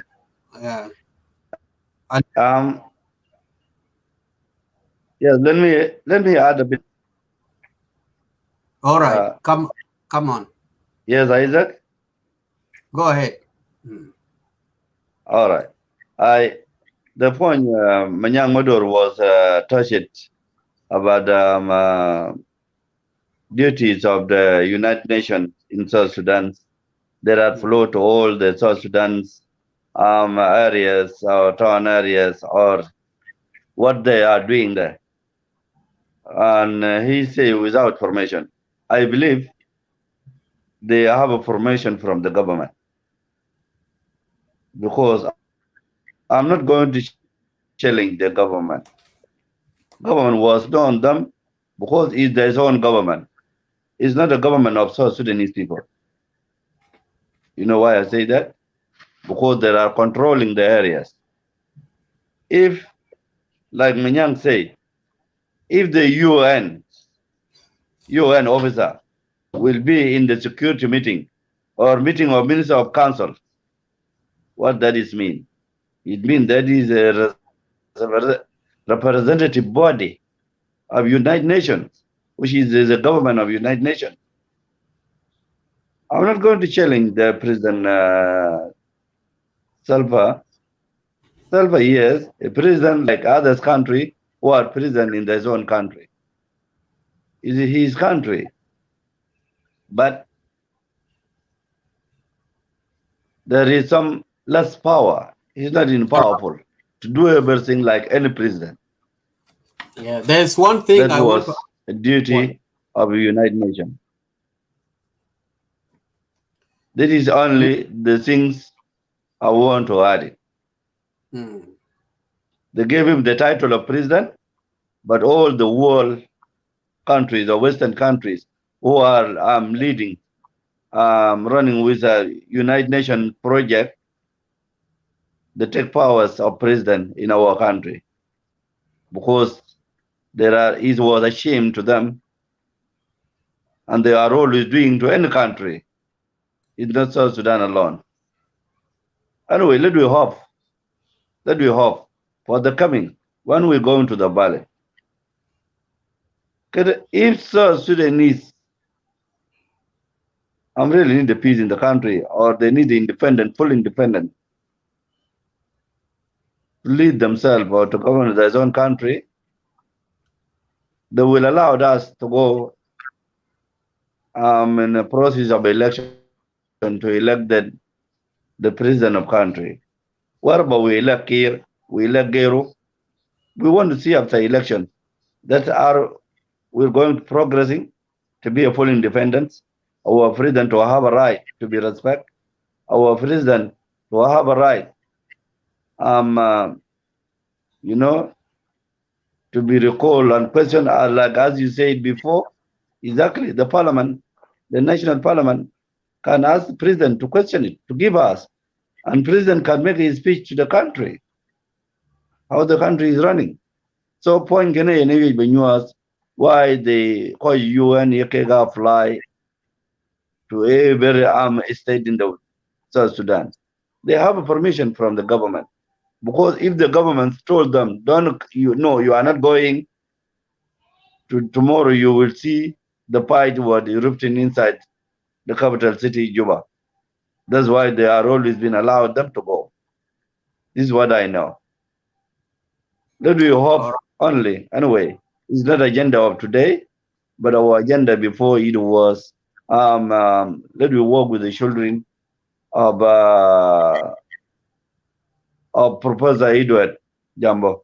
This is only one thing in my mind this week or for the next time when we are just a bit getting the truth, we have a right to share, to add some what we seeing, what we observe it, what is going, we will observe it. This is what I'm in my mind. Anyway, I thank you, Isaac, with Medit, Kujenka, Den Kamis, my friend Manyang Medorkoi, and others who are audience who are watching online. They are not in the studio. I told them thank you for your contribution, for your been patient to support family of Edward Jambo. Thank you. Thank you so much. Thank you so much for your input. There's one thing that I need to put across here. You see, the mandates of the UN, we people, we should know United Nations is like is a political party. They have their own interests. If their interest is not reached, They do calculate their own things such that their interest is maintained. The way UN came at home in South Sudan or in Sudan by then is through when the country is in war. And there was a mandate, there is expiration period that they should be staying there and they should go out. But if they have an ideology or a different planning, they can make some calculations to keep them stay in the country, like what is happening in Congo. They don't need to allow Congolese to have a stable government such that they can leave to go out. They are the one who are giving the weapon to rebels in mining fields such that the country will be in chaos all the time. And they can be saying, okay, you renew your contract, renew your contract, renew your contract.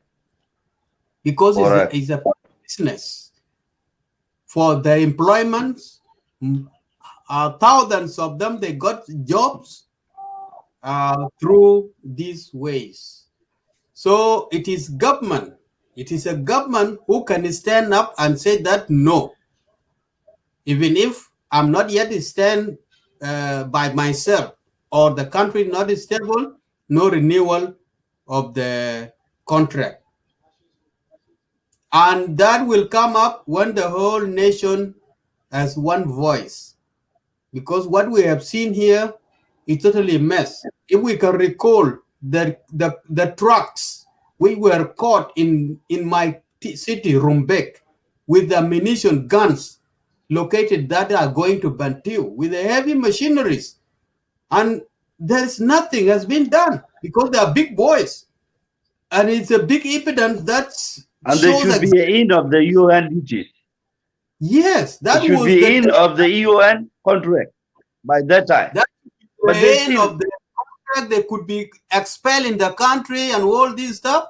But the way it was played down, I can tell you, it's not easy. It's something that needs strategic planning to let them go. Look, though peace is signed, Riek Machar has come back, and they still keeping the IDPs in their camps. They don't need to release them to go outside. There is no insecurity, but they still keeping people in the camp. In Juba, in Bantu, in wherever UNMISS is, it's a business. If the revitalized peace agreement is signed, Riek Machar in the city, the government is now is one, why do they keep these people in the camp? Let them come out, give them the shelter, and let them reestablish their living outside, but they keep them inside. And these are where the Pangas are being issued to be given to them, and they're selling outside. These are the things that I need to... Another point, Isaac. Sorry to interrupt you. Another point. The Pangas are not made in South Sudan. These have been bought, they done it from outside and brought it to South Sudan. Look, read the Pangas in the handles. What they write there. They are not made in South Sudan. Okay, and I can ask the South Sudanese people, the security, the custom, how did the kind of these sites, Pangas, are entered to South Sudan? That's why I don't want to touch the form of the government, because we are monitored with the family of Edward. If there are one to kill us, to segregate us too, let them come. Yeah. We are going. We are for the same thing. All right. Yeah, Majongriala del Yes. Brother, Isaac. You come back. If you Isaac. Can you guys can hear me? I want to add something before Jongriar. All right. Okay. I'm driving. I'm driving actually. Oh, okay. And, the issue, all right, go ahead then. The issue of United Nations in the country. Obviously, Brother Gabriel is part of this topic today because they are the one that distributing those Pangas in the country. So, and what do we try to find out? What we are actually concerned about it here? What is the purpose of distributing them? What do they want the citizen of Juba to do with those families? And it's not If a not, season. so and the conservation season is almost about to An end. to over. Mm. So when we come here and try to analyze, yes, pretty much the same issue of last 7 years is still in their mind. That's what they still work on it. Uh, the mandate of the UN was in South Sudan was that before the war broke out in 2013, they were actually allowed to enter to the country without being checked at the checkpoint. Yes. So, and because it was in the agreement, when the incident of that tank was delivered, it was actually going to be delivered to Bintu. It went through Rumbek and Maturshud stopped it. It came out that there was no fuel in there, there's no gas in there, oil. It was just a pure an emission. In the it was Yes. a weapon in the tank. Absolutely. So from there, the government rushed into to the point that when they come in at the checkpoint, entering to Lumuli border, they have to be searched. They have to be searched and before they enter. And I was surprised when I was in Lumuli because when the incident happened, I was in Juba Mm. and I left South Sudan. I left Juba in 2014, the March of 2013. That's where I left. I came back. When I was in Lumuli, there was almost always 500 like 100 of tanks coming in Yes. from the UN. Mm. Mm. And my question was, okay, what are they bringing those big military tanks in? What are Yes. they going to do with them? And Mm. why is just moving to Juba? Mm. The mandate of the UN is not actually the government know what it is, but we all know. And a Yes. new country or the country that is actually not powerful, this is where they're playing their political game. The UN is a criminal organization, by the way. So it's a criminal organization. When somebody is talking like me, because I've been in the UN in the refugee camp You're right. before, You're right. somebody Thank you very much. be asking me why you say that, and you are you've been with the UNHCR before, and so. And my answer is always, I did not choose, I did not want them to come to help me. I Mm. was just suffering my own way.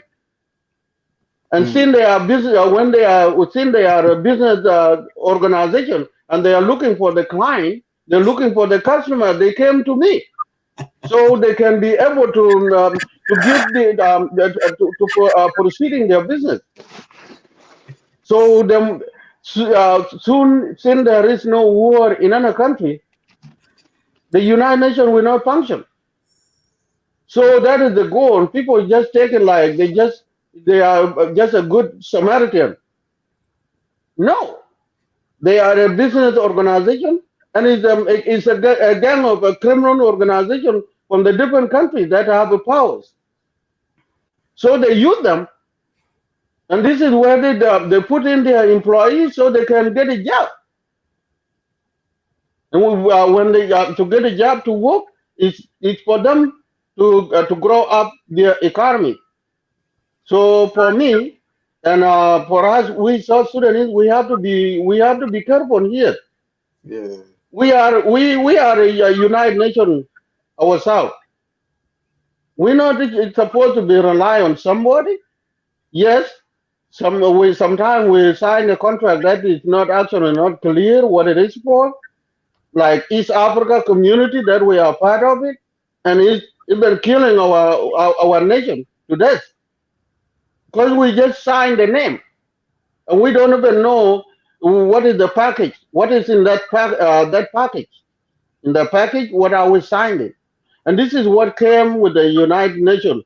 The name of United Nations or the UN. That's what they come with. And myself, I know for us to have the country, we don't have to focus on blaming the government day and night. Yes, we have to highlight some wrong activities that they are doing. If they are going the wrong way, we have to correct. That's a correction. Correction is it's a living human living. So we live that way.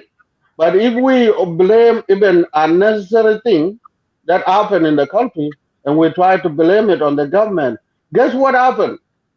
The government will always see the citizen that they are a problem to them. And what they will do, they will be on the defensive side, try to defend themselves from the citizen. Then we will not have a common ground here. But if we just try to be relaxed and try to take the country as belong to us, and the government is ours, that way we can have a connection with the government. The government will not be threat to us, and we are not a threat to the government. So I myself, I would say the United Nations we are talking about here is not going anywhere in the country because they have already invested in us. They have invested in our people that are actually mobilizing the citizens that they believe the United Nations is going to help the country in either way. Um, for us to keep it active, we have to talk about day and night. So the government have to understand they have they are in the house with the wrong people. With the wrong person. So the government of South Sudan now they don't have time because everything have to be the representative of the United Nations. My brother made a good point before, Gabriel. What is the point? Why are they supposed to be in the cabinet meeting? Why they have to be in the security meeting in the country?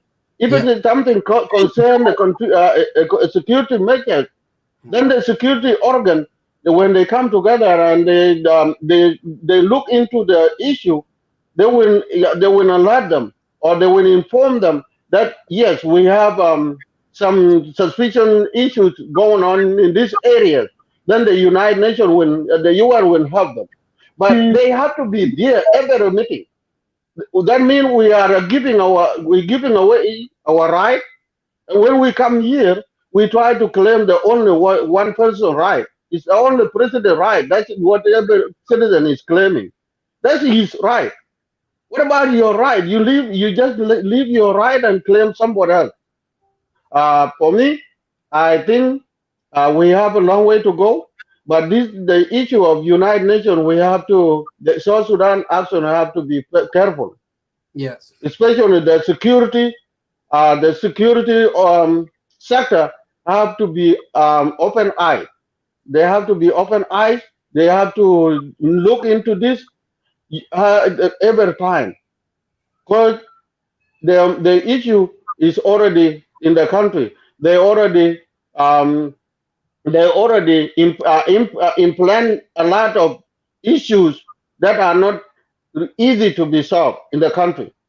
If we have the IDPs it's still in Juba, they're still in Bentiu, and the UN is capable to help. Why they not let them out and feed them and try to find to help them build their own shelters where they can live instead of keeping them there and arming them.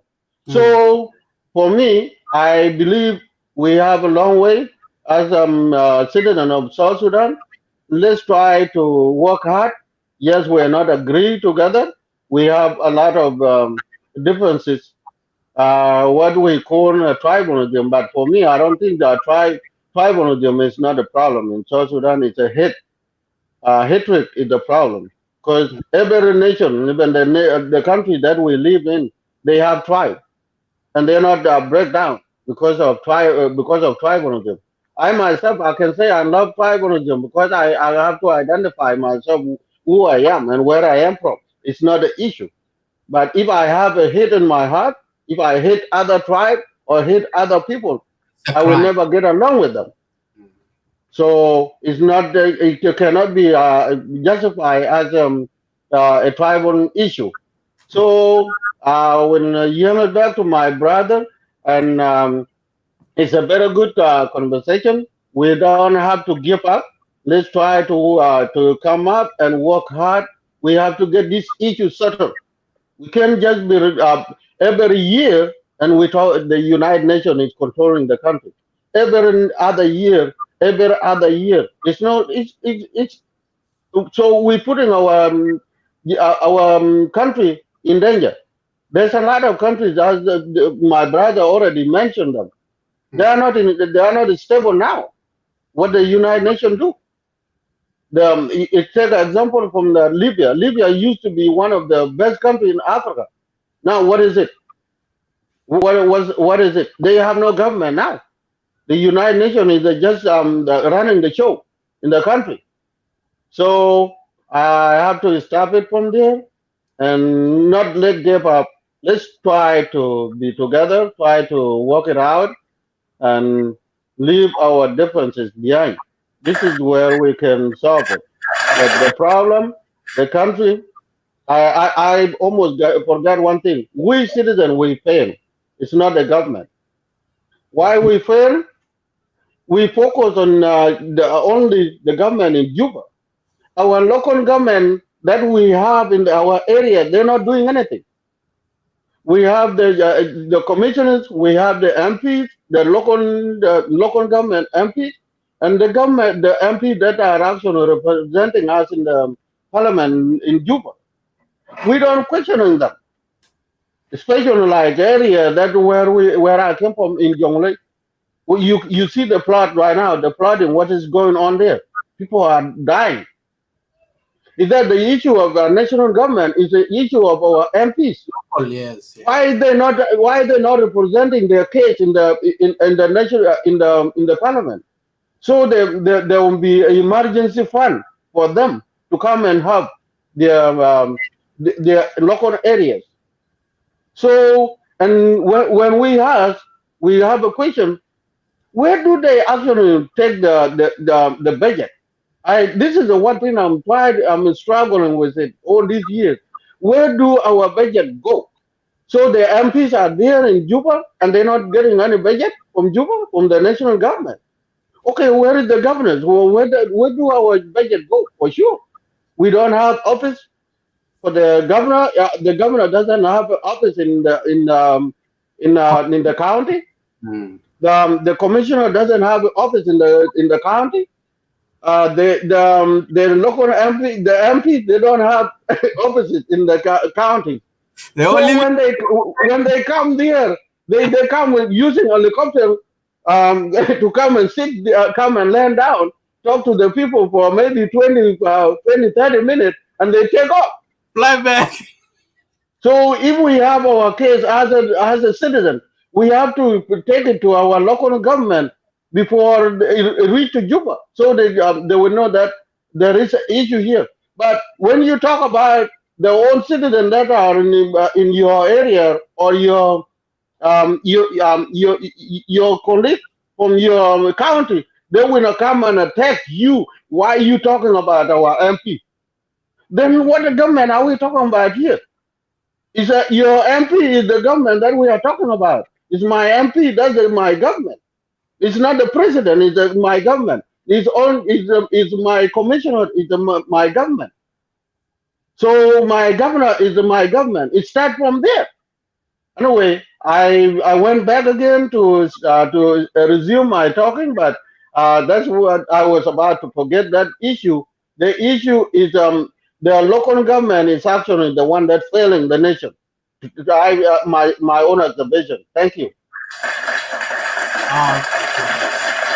Thank you so much, Den Kamis. I appreciate your points of views you have relayed to us and our audience also. I'm thanking you, those who are been with us in this show. In fact, I will have to welcome back. Welcome Agar Deng Mabok. He was not with us before, and before Agar, Majong Real, you came back. I think you have a response you need to do. Yeah. Oh yes. Yeah, we can hear you. But Go you ahead. can hear me now. Okay. Just off the last point, Comrade Isaac. That's why I just rushed back to add the last point. Change firstly must start in Africa. If African want really the real change that we want. We are talking about development. We are talking about civil wars, poverty. Meanwhile, Africa is the most richest continent. But we have a lack of visionary leadership in African continent. That's what failed Africa. South Sudan is a country within Africa. And if we talk about South Sudan, we talk about Africa. What I'm trying to differentiate here is that the United Nations, as which is the UN, the assembly. We are not here discussing the entire assembly, but we are talking about the peacekeeping operation. The UN means people who have guns, people who are assigned to protect who?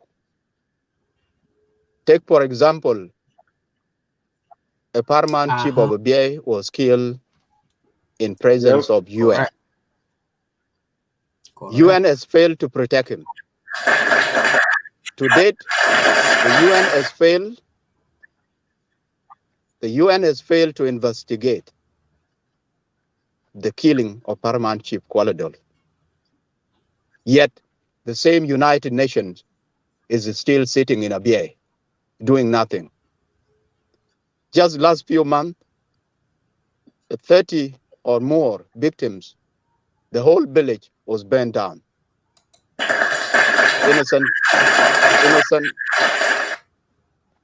Innocent children were killed, men, women, elderly.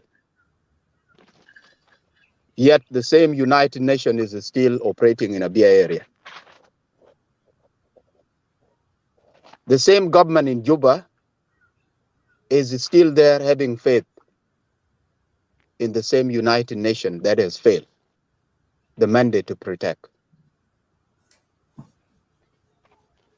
So we have no problem with the entire United Nations that have actually, I'm talking of UN agencies that are there to provide employment to our people, that are there to provide other developmental activities within our country. We have no problem with those kind of services being rendered to our people. But if the United Nations, the peacekeeping force, is still sitting there and they are doing nothing, then they don't have mandate at all. These kind of people, these are the people that we don't want in South Sudan. Take, for example, in 2016, when J1 crisis, UN is accused of attacking our forces at the time. They did. There is evidence to that. They were shooting until our armed forces noticed that the UN personnel were actually chilling them. So when they respond back, they stopped. They are the one still claiming loud and clear that there is insecurity. The IDPs, people that are in the UN camp, they are the one refused to allow them out because they claim that outside is more dangerous than these people being locked up in the UN Two camp. of them were killed, by the way, during that confrontation. Okay, which is good. And for them to hold our citizen hostages by saying that outside UN compound there is more insecurity than they are inside the UN compound, not knowing that the UN compounds are within South Sudan territory. They are operating within our country. If there is any insecurity in South Sudan, then what powers do they have if we want to storm those UN compounds? We can easily do that without even guns. So what I'm saying is, or what I'm trying to say is that the United Nations, the peacekeeping post, should leave our country.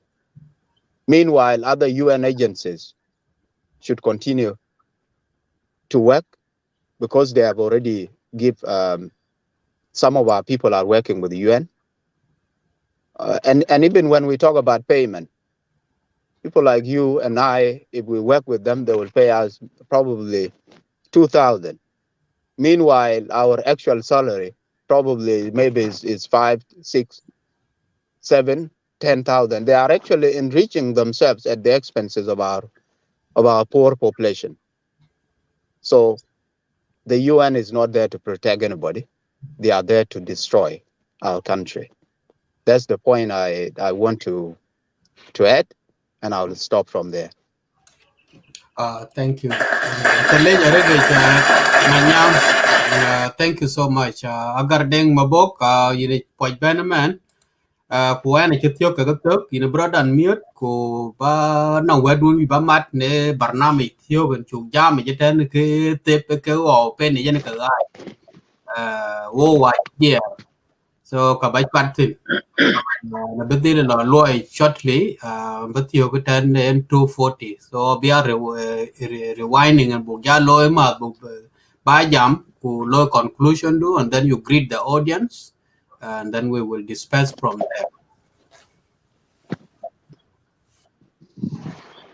there. Thank you, Brother Isaac, the host for this show. Thank you, and I thank my brothers, Majongri Aladildao and Denkamit Garang, and the rest who were here before. I was watching the show, but I was driving, so that's why I didn't appear in the camera here. I thank you guys, all of you, and the viewers. Thank you for watching this show, and everybody back home and here in the West. First of all, I will say I will pass my condolences to the family of the victim, 3 kids. Secondly, I will go straight to the topic, which is alertness to our people back home that Lagos State media is going to alert those people.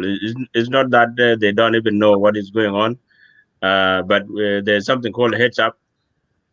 So we need to do that in case if they slept, we need to wake them up so they can follow all this and to be concerned about the security in our country, which is a new nation. Everybody, his eyes are there. All the wizards, their eyes are all there. So that is a very, very important topic for you guys to take it very seriously and check it out. For my brother, Majongreal, there's nothing can be pointed out from your from your talk. So all is good, 100%. We will all say that UN is not there to fix anything or to do anything good for us as South Sudanese. We all agree as intellectual people in the West here, and for our people back home to actually look into this seriously, look into it, and there has to be a solution too. Why are all these happening? And there are some countries, UN is not there and they are living peacefully. There's no war, no misunderstanding, nothing at all. So I will support that call from our brother, and Deng Kamis too. He has supported that, and all of us. We don't think we don't see anything that can be solved by somebody who is not belong to South Sudan. We people of South Sudan, we can adjust ourselves. We can do our development on our own. We can be a UN on our own. So all these issues, they has to be passed on to our people back home, and they can listen to it. Whether they will take that advice or not, it will be up to them. But they will not blame anybody because we have been alerting them all this while about all these issues. So insecurity, nobody can come from outside and do that job for us. I totally disagree. We are supposed, and we will be the one who solve that insecurity on our own. For my brothers, as South Sudanese in general, I will ask you, Isaac, to make a show, maybe a couple of days coming, to include our brother Don Lorgin. So for him to be there with us as a debate for that politics forum, so that he will not be arguing in a different topic while we are in a real topic that has been brought up. So he will be there with us, and we need to debate that with him so that he can understand. We are not here to discourage him in our show. Always, as you said earlier, this is the third time or second time. So he will be with us in that show, and we will debate that show with him. The important thing is that we can debate. After the debate, there has to be a conclusion. So people cannot be debating for nothing. You need to make a debate, and something can come out from that debate. That's the important thing. And then if we conclude the debate, we will conclude it as a result that we have achieved from that debate. So that thing is going to our brother, Don Lorgin, and the rest who are there waiting for that time to come up so people can talk, sit down and talk as South Sudanese son and daughters. And I was there with you guys, but I was driving, and I thank you for attending this show today, and tonight is for American and Canadian, and for us here as Australian is still afternoon, and Isaac is going to be going to the work. Thank you, Isaac, and we will be continuing doing all these shows for our sake, to be agreeing that we are here to do something for our country. We are here to unite ourselves. We are here to develop our country. Whether you are in the government or not, you will still participate for that reason. So I will stop there, and I thank you, Isaac, and our brother Deng Kamis. Thank you for joining us all this time. Thank you so much, Agar, and thank you, brother Deng Kamis. I have seen one of our brother Peter has just joined in now. Peter, hello, welcome. Thank you, thank you, thank you. Yeah, we are almost about to finish, and because I'm going to work, been here for 2 hours and a half now. I left with just only very few minutes to go to work, and we welcome you back. And I think you have been online with us.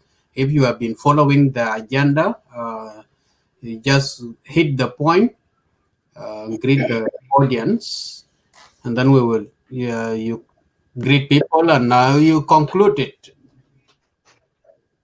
The floor is yours because you came late. Yeah. Okay. Thank you very much. I appreciate it. Thank you, the viewers, and thank you, Mr. Speaker. I just came right now, just about 10 minutes ago. I just came from work, and I find all the talks and the topics. So I didn't go through the topics. So sorry about that. If you can brief me maybe just a minute, and then I can go proceed it. That's right. Thank you so much for letting me know. That's the reason. We like that to be very open and frank. The topic, there are two topics here. One is the respect that we have to give to the children who were cold-blooded murdered in Juba. They were laid to rest yesterday, and we give respect to their life and our condolences to their family. And also, we are urging the old South Sudanese, those who are using the images in the social media, to stop posting those graphic medias anymore. This is the number one. Number two, the pangas or machetes, au sakakin, we have seen them being sold on the street in the capital city of Juba. That thing is running in the whole social media, and we haven't heard from the government yet. This is what we came up with the concern. We are concerning. They are said that is UN who is providing. If UN is providing the panga, why they are sold? If they are sold, whose pocket the money is going to? And what is the reason they are given out these pangas? And why they are just being sold at this season? Because there are some weapons which are used for cultivation, for building the houses. We know these things when we were refugees in the different places. That's second. Number two, we can connect it. And I mean, number three, it gives us a clue. The way these children were murdered, the same weapon that we have seen being sold on the street, might be the one used to trigger that. So we don't need something bad to happen again in the country like what has happened in Rwanda. Maybe there is something hidden behind these selling the machetes into the hand of the civilians. This is the negotiation that we have been here to discuss, brainstorming and analyzing, and to give awareness and to condemn and bring our community as one country. We stand up together and we face it as brothers and sisters. Thank you. Thank you, Mr. Speakers. Appreciate it. This is a very sad topic. Like if we go through right now, I'm really in emotion. Correct. It's really sad. So it's not something very good to come to this kid. Me and my family, we were really sad for almost these 3 days. I watched it in the TV. A friend posted, a friend called me, and it's not good. It's not something good. If I see this kid, I just thinking about my kid right now. Absolutely correct, man. It's not good thing. So to me, I will just pray to God that to rest their soul, and just let's keep praying. It's not something good. When I see those little kids, I just compare like when I see my kid in this house. It's not something nice. So what happened? I condemned it, and I send my condolences to the family, to the relative, to everybody around that family. It's not something good. But we as South Sudanese, we have to pray. That thing have to be stopped. And that thing have to stop, and stop from now. It's not nice. And I heard the people that they still keeping posting the pictures is not good. At all. It's not good. It's not something really, really has to be put in the media. So let's pray as South Sudanese to those children. God has to put them in the right hand today. I watched the picture when they try to when they put them in a grave. I almost cried, and I don't want to watch the video. So if I come to the point number two, the point number two is about machete. Yes. It should the kalam de yakush machete there. Our government failed. Anybody right now, it doesn't matter who it is, they have a weapons. There's a looting going on in our country right now. There's a lot of looting going on. And machete did my UN Yao provide. Machete days come from Uganda. There's a lot of Ugandan in our country right now. There's a lot of Somali in our country right now. There's a lot of Kenyan. There are a lot of Rwanda, Nigerian, everybody. They're looting our products. They're looting our resources. What do you think they can do? They have those machetes. They have saki. They have a knife. They're looting people night and day. Our government, it doesn't do anything. We failed the country. Look at people die night and day. In the daytime, they can rob you. In the daytime, they can rob you. And nobody will say anything. No police. The government itself can't even stand. The UN to provide Ajade. There's no UN can provide those weapons to the civilian. No. Ajade, they come from Uganda, they come to the border. They're just selling them. This is not our Sudanese people. Our government failed to stop this stuff. Those stuff, they come through the border because those who are in the border, they buy them. So they let those stuff to come in. We don't have machete before in our country before. We don't have those fungi before. Those fungi, do you know where I saw them? I saw them in a Fangido when I was a jammer. We used to go to cut the wood. The woods, yes. We used to go to cut the grass. That's where I see those machete, those fungi. Our government has failed to protect the citizen of South Sudan.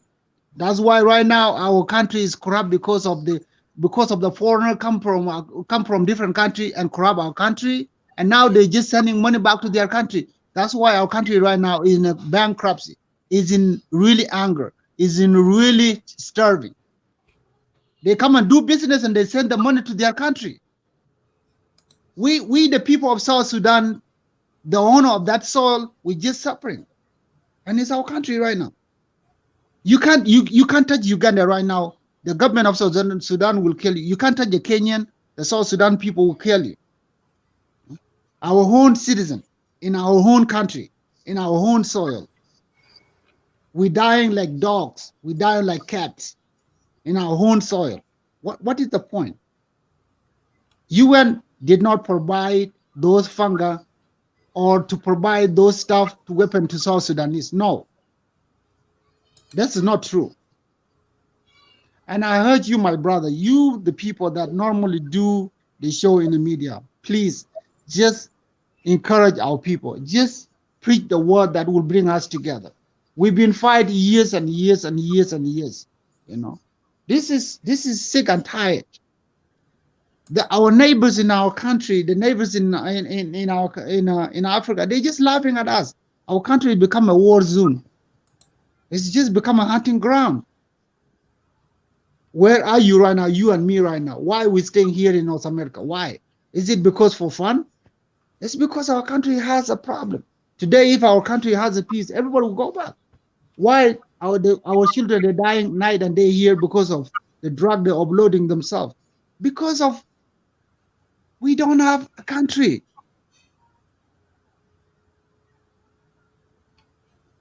So my point, even if I'm branch of this point, is just because it's motion. You know, this is not the UN who provide those fungi to our people. Those fungi, they buy them. They come from border. They come from Uganda. It's easy. So the third thing I can say is, the third point is, what is it? The third point? The third point is regarding the you see, all these pangas is what has caused the insecurity. We can connect it with the killing of these children because how they cut the throat is maybe a fanga or a knife or somebody has used such a thing. That is the reason that we put it to connect and made it very concerned for all of us. We have discussed this a long time ago. For this last 2 hours and a half, that's what we have discussed. Many people, they talk about it and they have gone. And there is a lot of connection and I seen the wounds. I saw the wounds. Those are not knife. When I saw the wound. Those are machete. Yes. Something just they shop the kid. They just shop them. It's not a knife. That a knife you can just knife somebody, but those are fun or machete to cut somebody. Hitting. Yeah. So that reason we are talking about it. Where this coming from? If you said this, they are coming from Uganda or coming from Tanzania. But in the mark, there is we can zoom it. I don't know how can I bring this closer.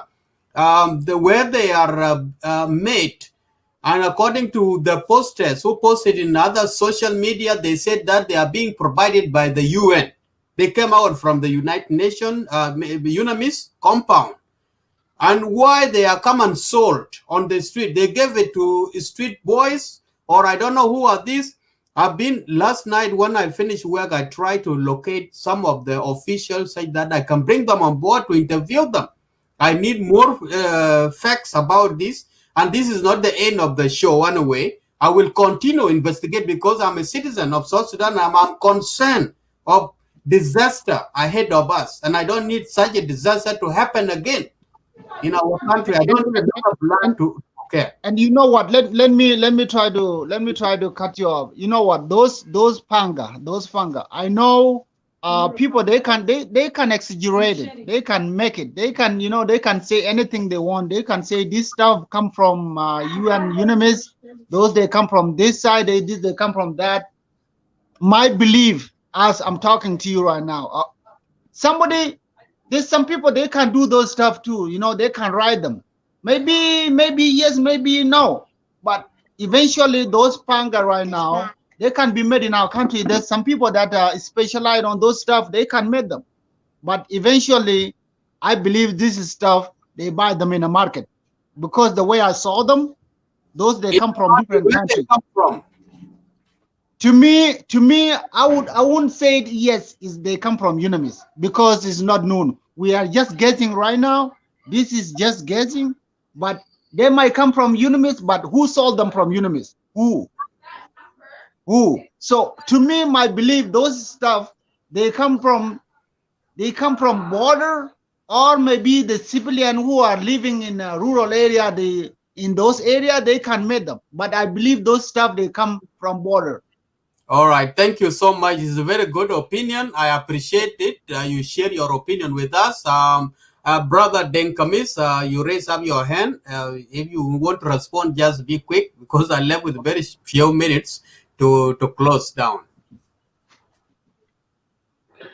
It's just an objection to my brother Peter. Those machetes, they have a text. They have a text on it. So where it said that who is actually providing them. So they are provided by the United Nations, according to the sources that actually put the information out. It's not just a makeup because they have a text. When you go to the store in the West here, it's the text is on the product. It shows who made it and where it come from, who is actually supplying it. All this they are there. So when we talk about those machetes, yes, they already identified them. The UN the UN is actually the UNAMIS are the one that are distributing those equipment. But the question is why. This is where our concern is coming to. Why they are distributing it in the capital city of Juba, and then there's no contribution taking place there in Juba. So they should supply it outside the city. That's what I was actually trying to respond back to my brother Peter. So I don't think it's just a makeup. They have a text on it. It said UN or whatever organization that is associated with them. Thank you so much. Denkamis is a very good highlight. Hang on, his hand is up. Yeah, Peter. Yeah, sorry, Dan. So I'm not interrupting you. I'm not arguing with you, Dan. So it might be true, yes, because if there's a sign and there's a tag, it Yeah. might be true, but we have to find it out and we have to investigate it. You know, if our government have to put down the investigations, send people to investigate where they get them and how they get these weapons, That's and if why they we have have a UN tag, yes, for sure investigate. we have to find it out, because this thing happened. We need to stop it. We don't need it to happen again to another person or to other kid. Correct. See, so I'm not arguing with you. It might be true, like I said. You know, it might be yes or it might be no, but investigation has to be done. All right. Thank you so much, Peter. I appreciate that opinion. We have investigated everything. Adiel, you just came in recently, and and now we are closing down. Are you there? Adiel Young? It's gone. He just put the camera down and he left. All right, guys, we have to. I'm about to exit, so let me just put my closing point, so we don't have to keep you here. You have to go and shower, take shower, and dress up for work. I'm going to work. Yeah. So yeah, my last message is thank you, my brothers, Agar, Peter, and Isaac, and the rest, those who participated today. Yes, of course, we have to discuss this type of issues because they are killing our people. And if we leave them hanging in the middle there, and we cannot highlight, then it will continue harming our people as well. So that is good to discuss those issues.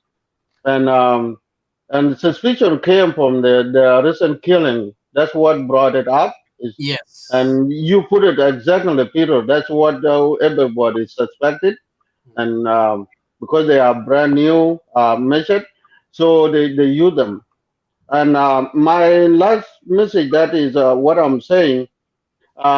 Next time, yes, I will be like my brother that left. Zola, I don't need let your I need don't let don't Yeah. let your let him come back. So anybody want to come back? So I need let's I will pick a day such that we have an argument, because Yeah. his argument such that we can first come together. We will find a common goal or a common place or common point that we can work together. Because I know he has been is 3 times now in my show. He interrupted. He just come and put his point down. So I'm looking into my calendar and my schedule. I will look for, if I get a space here, I will put him on board. I will invite all the South Sudanese. We help. We come together. Mr. Speaker, Mr. Speaker, next time when you it's good. I like this discussion because we just try to brainstorm. Maybe who knows, we can get the answer of this stuff in the future. Yeah. So what it is, if one day if you call people and people come to your show, just make sure when you point the topic out there, just let's be specific on that topic. Yes, until we find the conclusion, and then we have on that conclusion. We don't have to brand this and that, because sometimes when you talk, there's a lot of stuff that you need to touch, but you have to stay in the topic. When you say something, it has to be related to the topic that they posted out there. So next time, we don't need a different topic to come to the topic that we are discussing right now. So make sure tomorrow. I know this Zaladin is always cricket, but we're not going to go there anyway. But just bring him on the point. Let's that way. He's not with us now. Brother Peter, this is what we try to do. He's been in the show for 2 hours, and it's 3 hours now. Being here, so okay. Let's leave a topic of don't let John. This is what I'm trying to say. Next time, Isaac, give him his schedule and let him come. When he come, let him come with his presentation. What he actually want to present here. so we can talk about it, because it looked like he have a burning issues about these political ideologies. So my brother may have a good idea that can move us forward, and we may push him out every time, and he's trying to bring them up. Let him come with his schedule, and he's going to do his own presentation, and we can pick up from there. That's my that's what my idea about him. So, and all of us, we have been talking, and let's leave all my last message. Let's leave the family alone. I already I said it so many times, and it's very disgusting when people are just sugarcoating it, try to put it in their own way. But every crime happen, every family hurt at a different time. They get hurt by an unknown reason. But what we have to do, we have to give them the space. There is space. We don't have to continue do the live show on the crime that happened. Just let's give them a space for now. Let them breathe. Let them fry their mind, and they will continue to try to find exactly what went wrong, what happened with the government authorities. Then from there, if we have to change anything, or we want to fix anything, or we want to criticize the government or the failure of the family, after we have the real information what had actually taken place, it would be a good time for us to put all those ideas in. But now we are just hurting the family, because we just take it from left and right. You just want to be known, put it on the other tribe, put it on the political party, and all this thing, and it's just a crime like other crime that it's always happen in the country. Thank you. I have to stop. Thank you for watching, everybody, and my brother Isaac. Thank you so much, Deng Kamis. Thank you, Peter. Thank you, Agar Mabok, and the rest for being part of this show today. I appreciate your presence. May God bless you all wherever you are. I'm really happy to be to participate in this very crucial topic.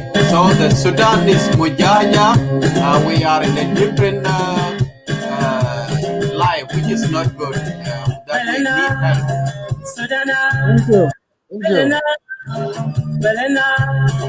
بلنا تبان من زمان يا ربنا جالي شوف أيانا بلنا ما مرتا سودان مجاجة ما فرا علينا جالنا ميدين بيننا ربنا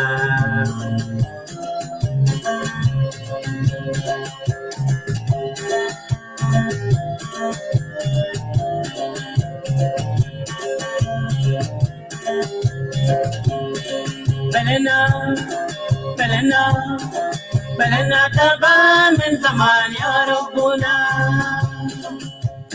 قال شو بيانا بلدنا ما مرتا سودان مجاجة ما فرا علينا جالنا ميدين بيننا ربنا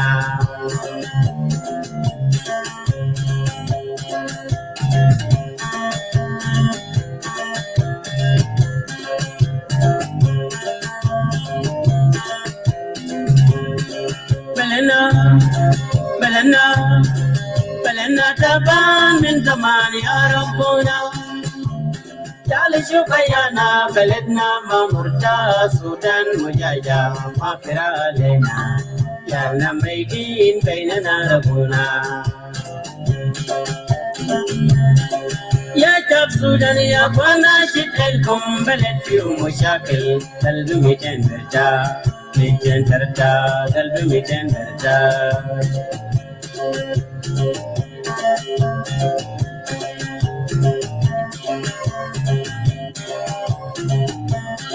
يا شاب سودان يا اخوانا شدلكم بلد فيه مشاكل قلبي ميتين برجع ميتين ترجع قلبي ميتين برجع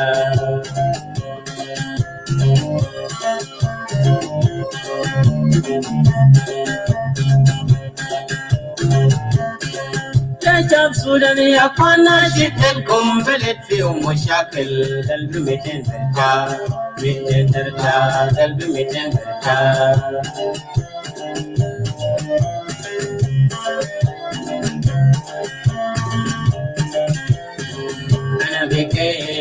Kum ya Sudan, shit el kum ya Yama, shit el kum ya Yama, Rabuna Bisai.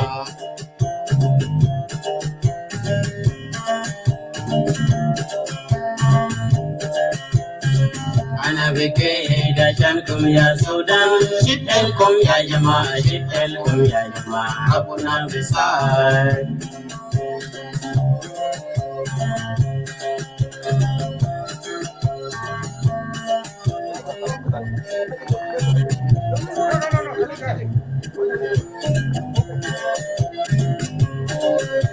Our beloved leading in Sudan, Lord our God, come is completed, our land not comfort. Sudanese are finished because of war between us. Our children germinate among of other love.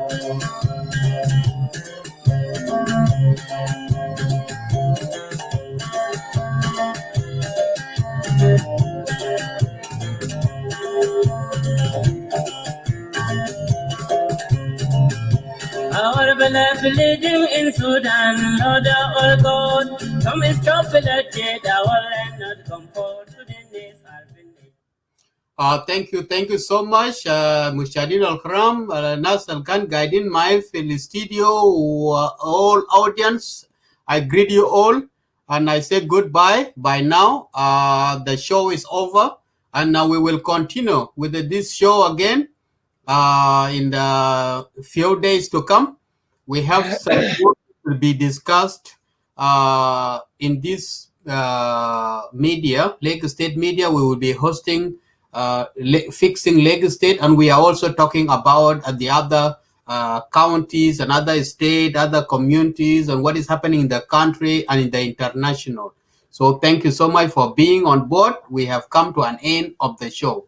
Gardeng Mabok, if you have any announcement that you want to make, you can just drop it in. I left with only 2 minutes, and then I close down. Thank you. We will be just having a show on Saturday in USA and Canada, and Sunday in Australia for interviewing our brother Abraham Adolweth. That's the last announcement, and I will just leave it like from there to you, so that you can take your time and go to work.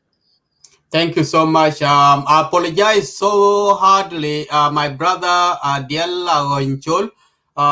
You came in the very last minutes that we are wind up. We have already closed the show, and everybody has exhausted everything. So we appreciate your presence. If you were watching before, thank you for that. And I'm sorry I can't allow you in now because I'm going to work. So I'm closing and I have to leave the studio. Thank you so much. Have a good day. Have a good night. Have a good evening wherever you are. And God bless you. God bless the family of the deceased children. And God bless all of us. Thank you. Bye-bye now.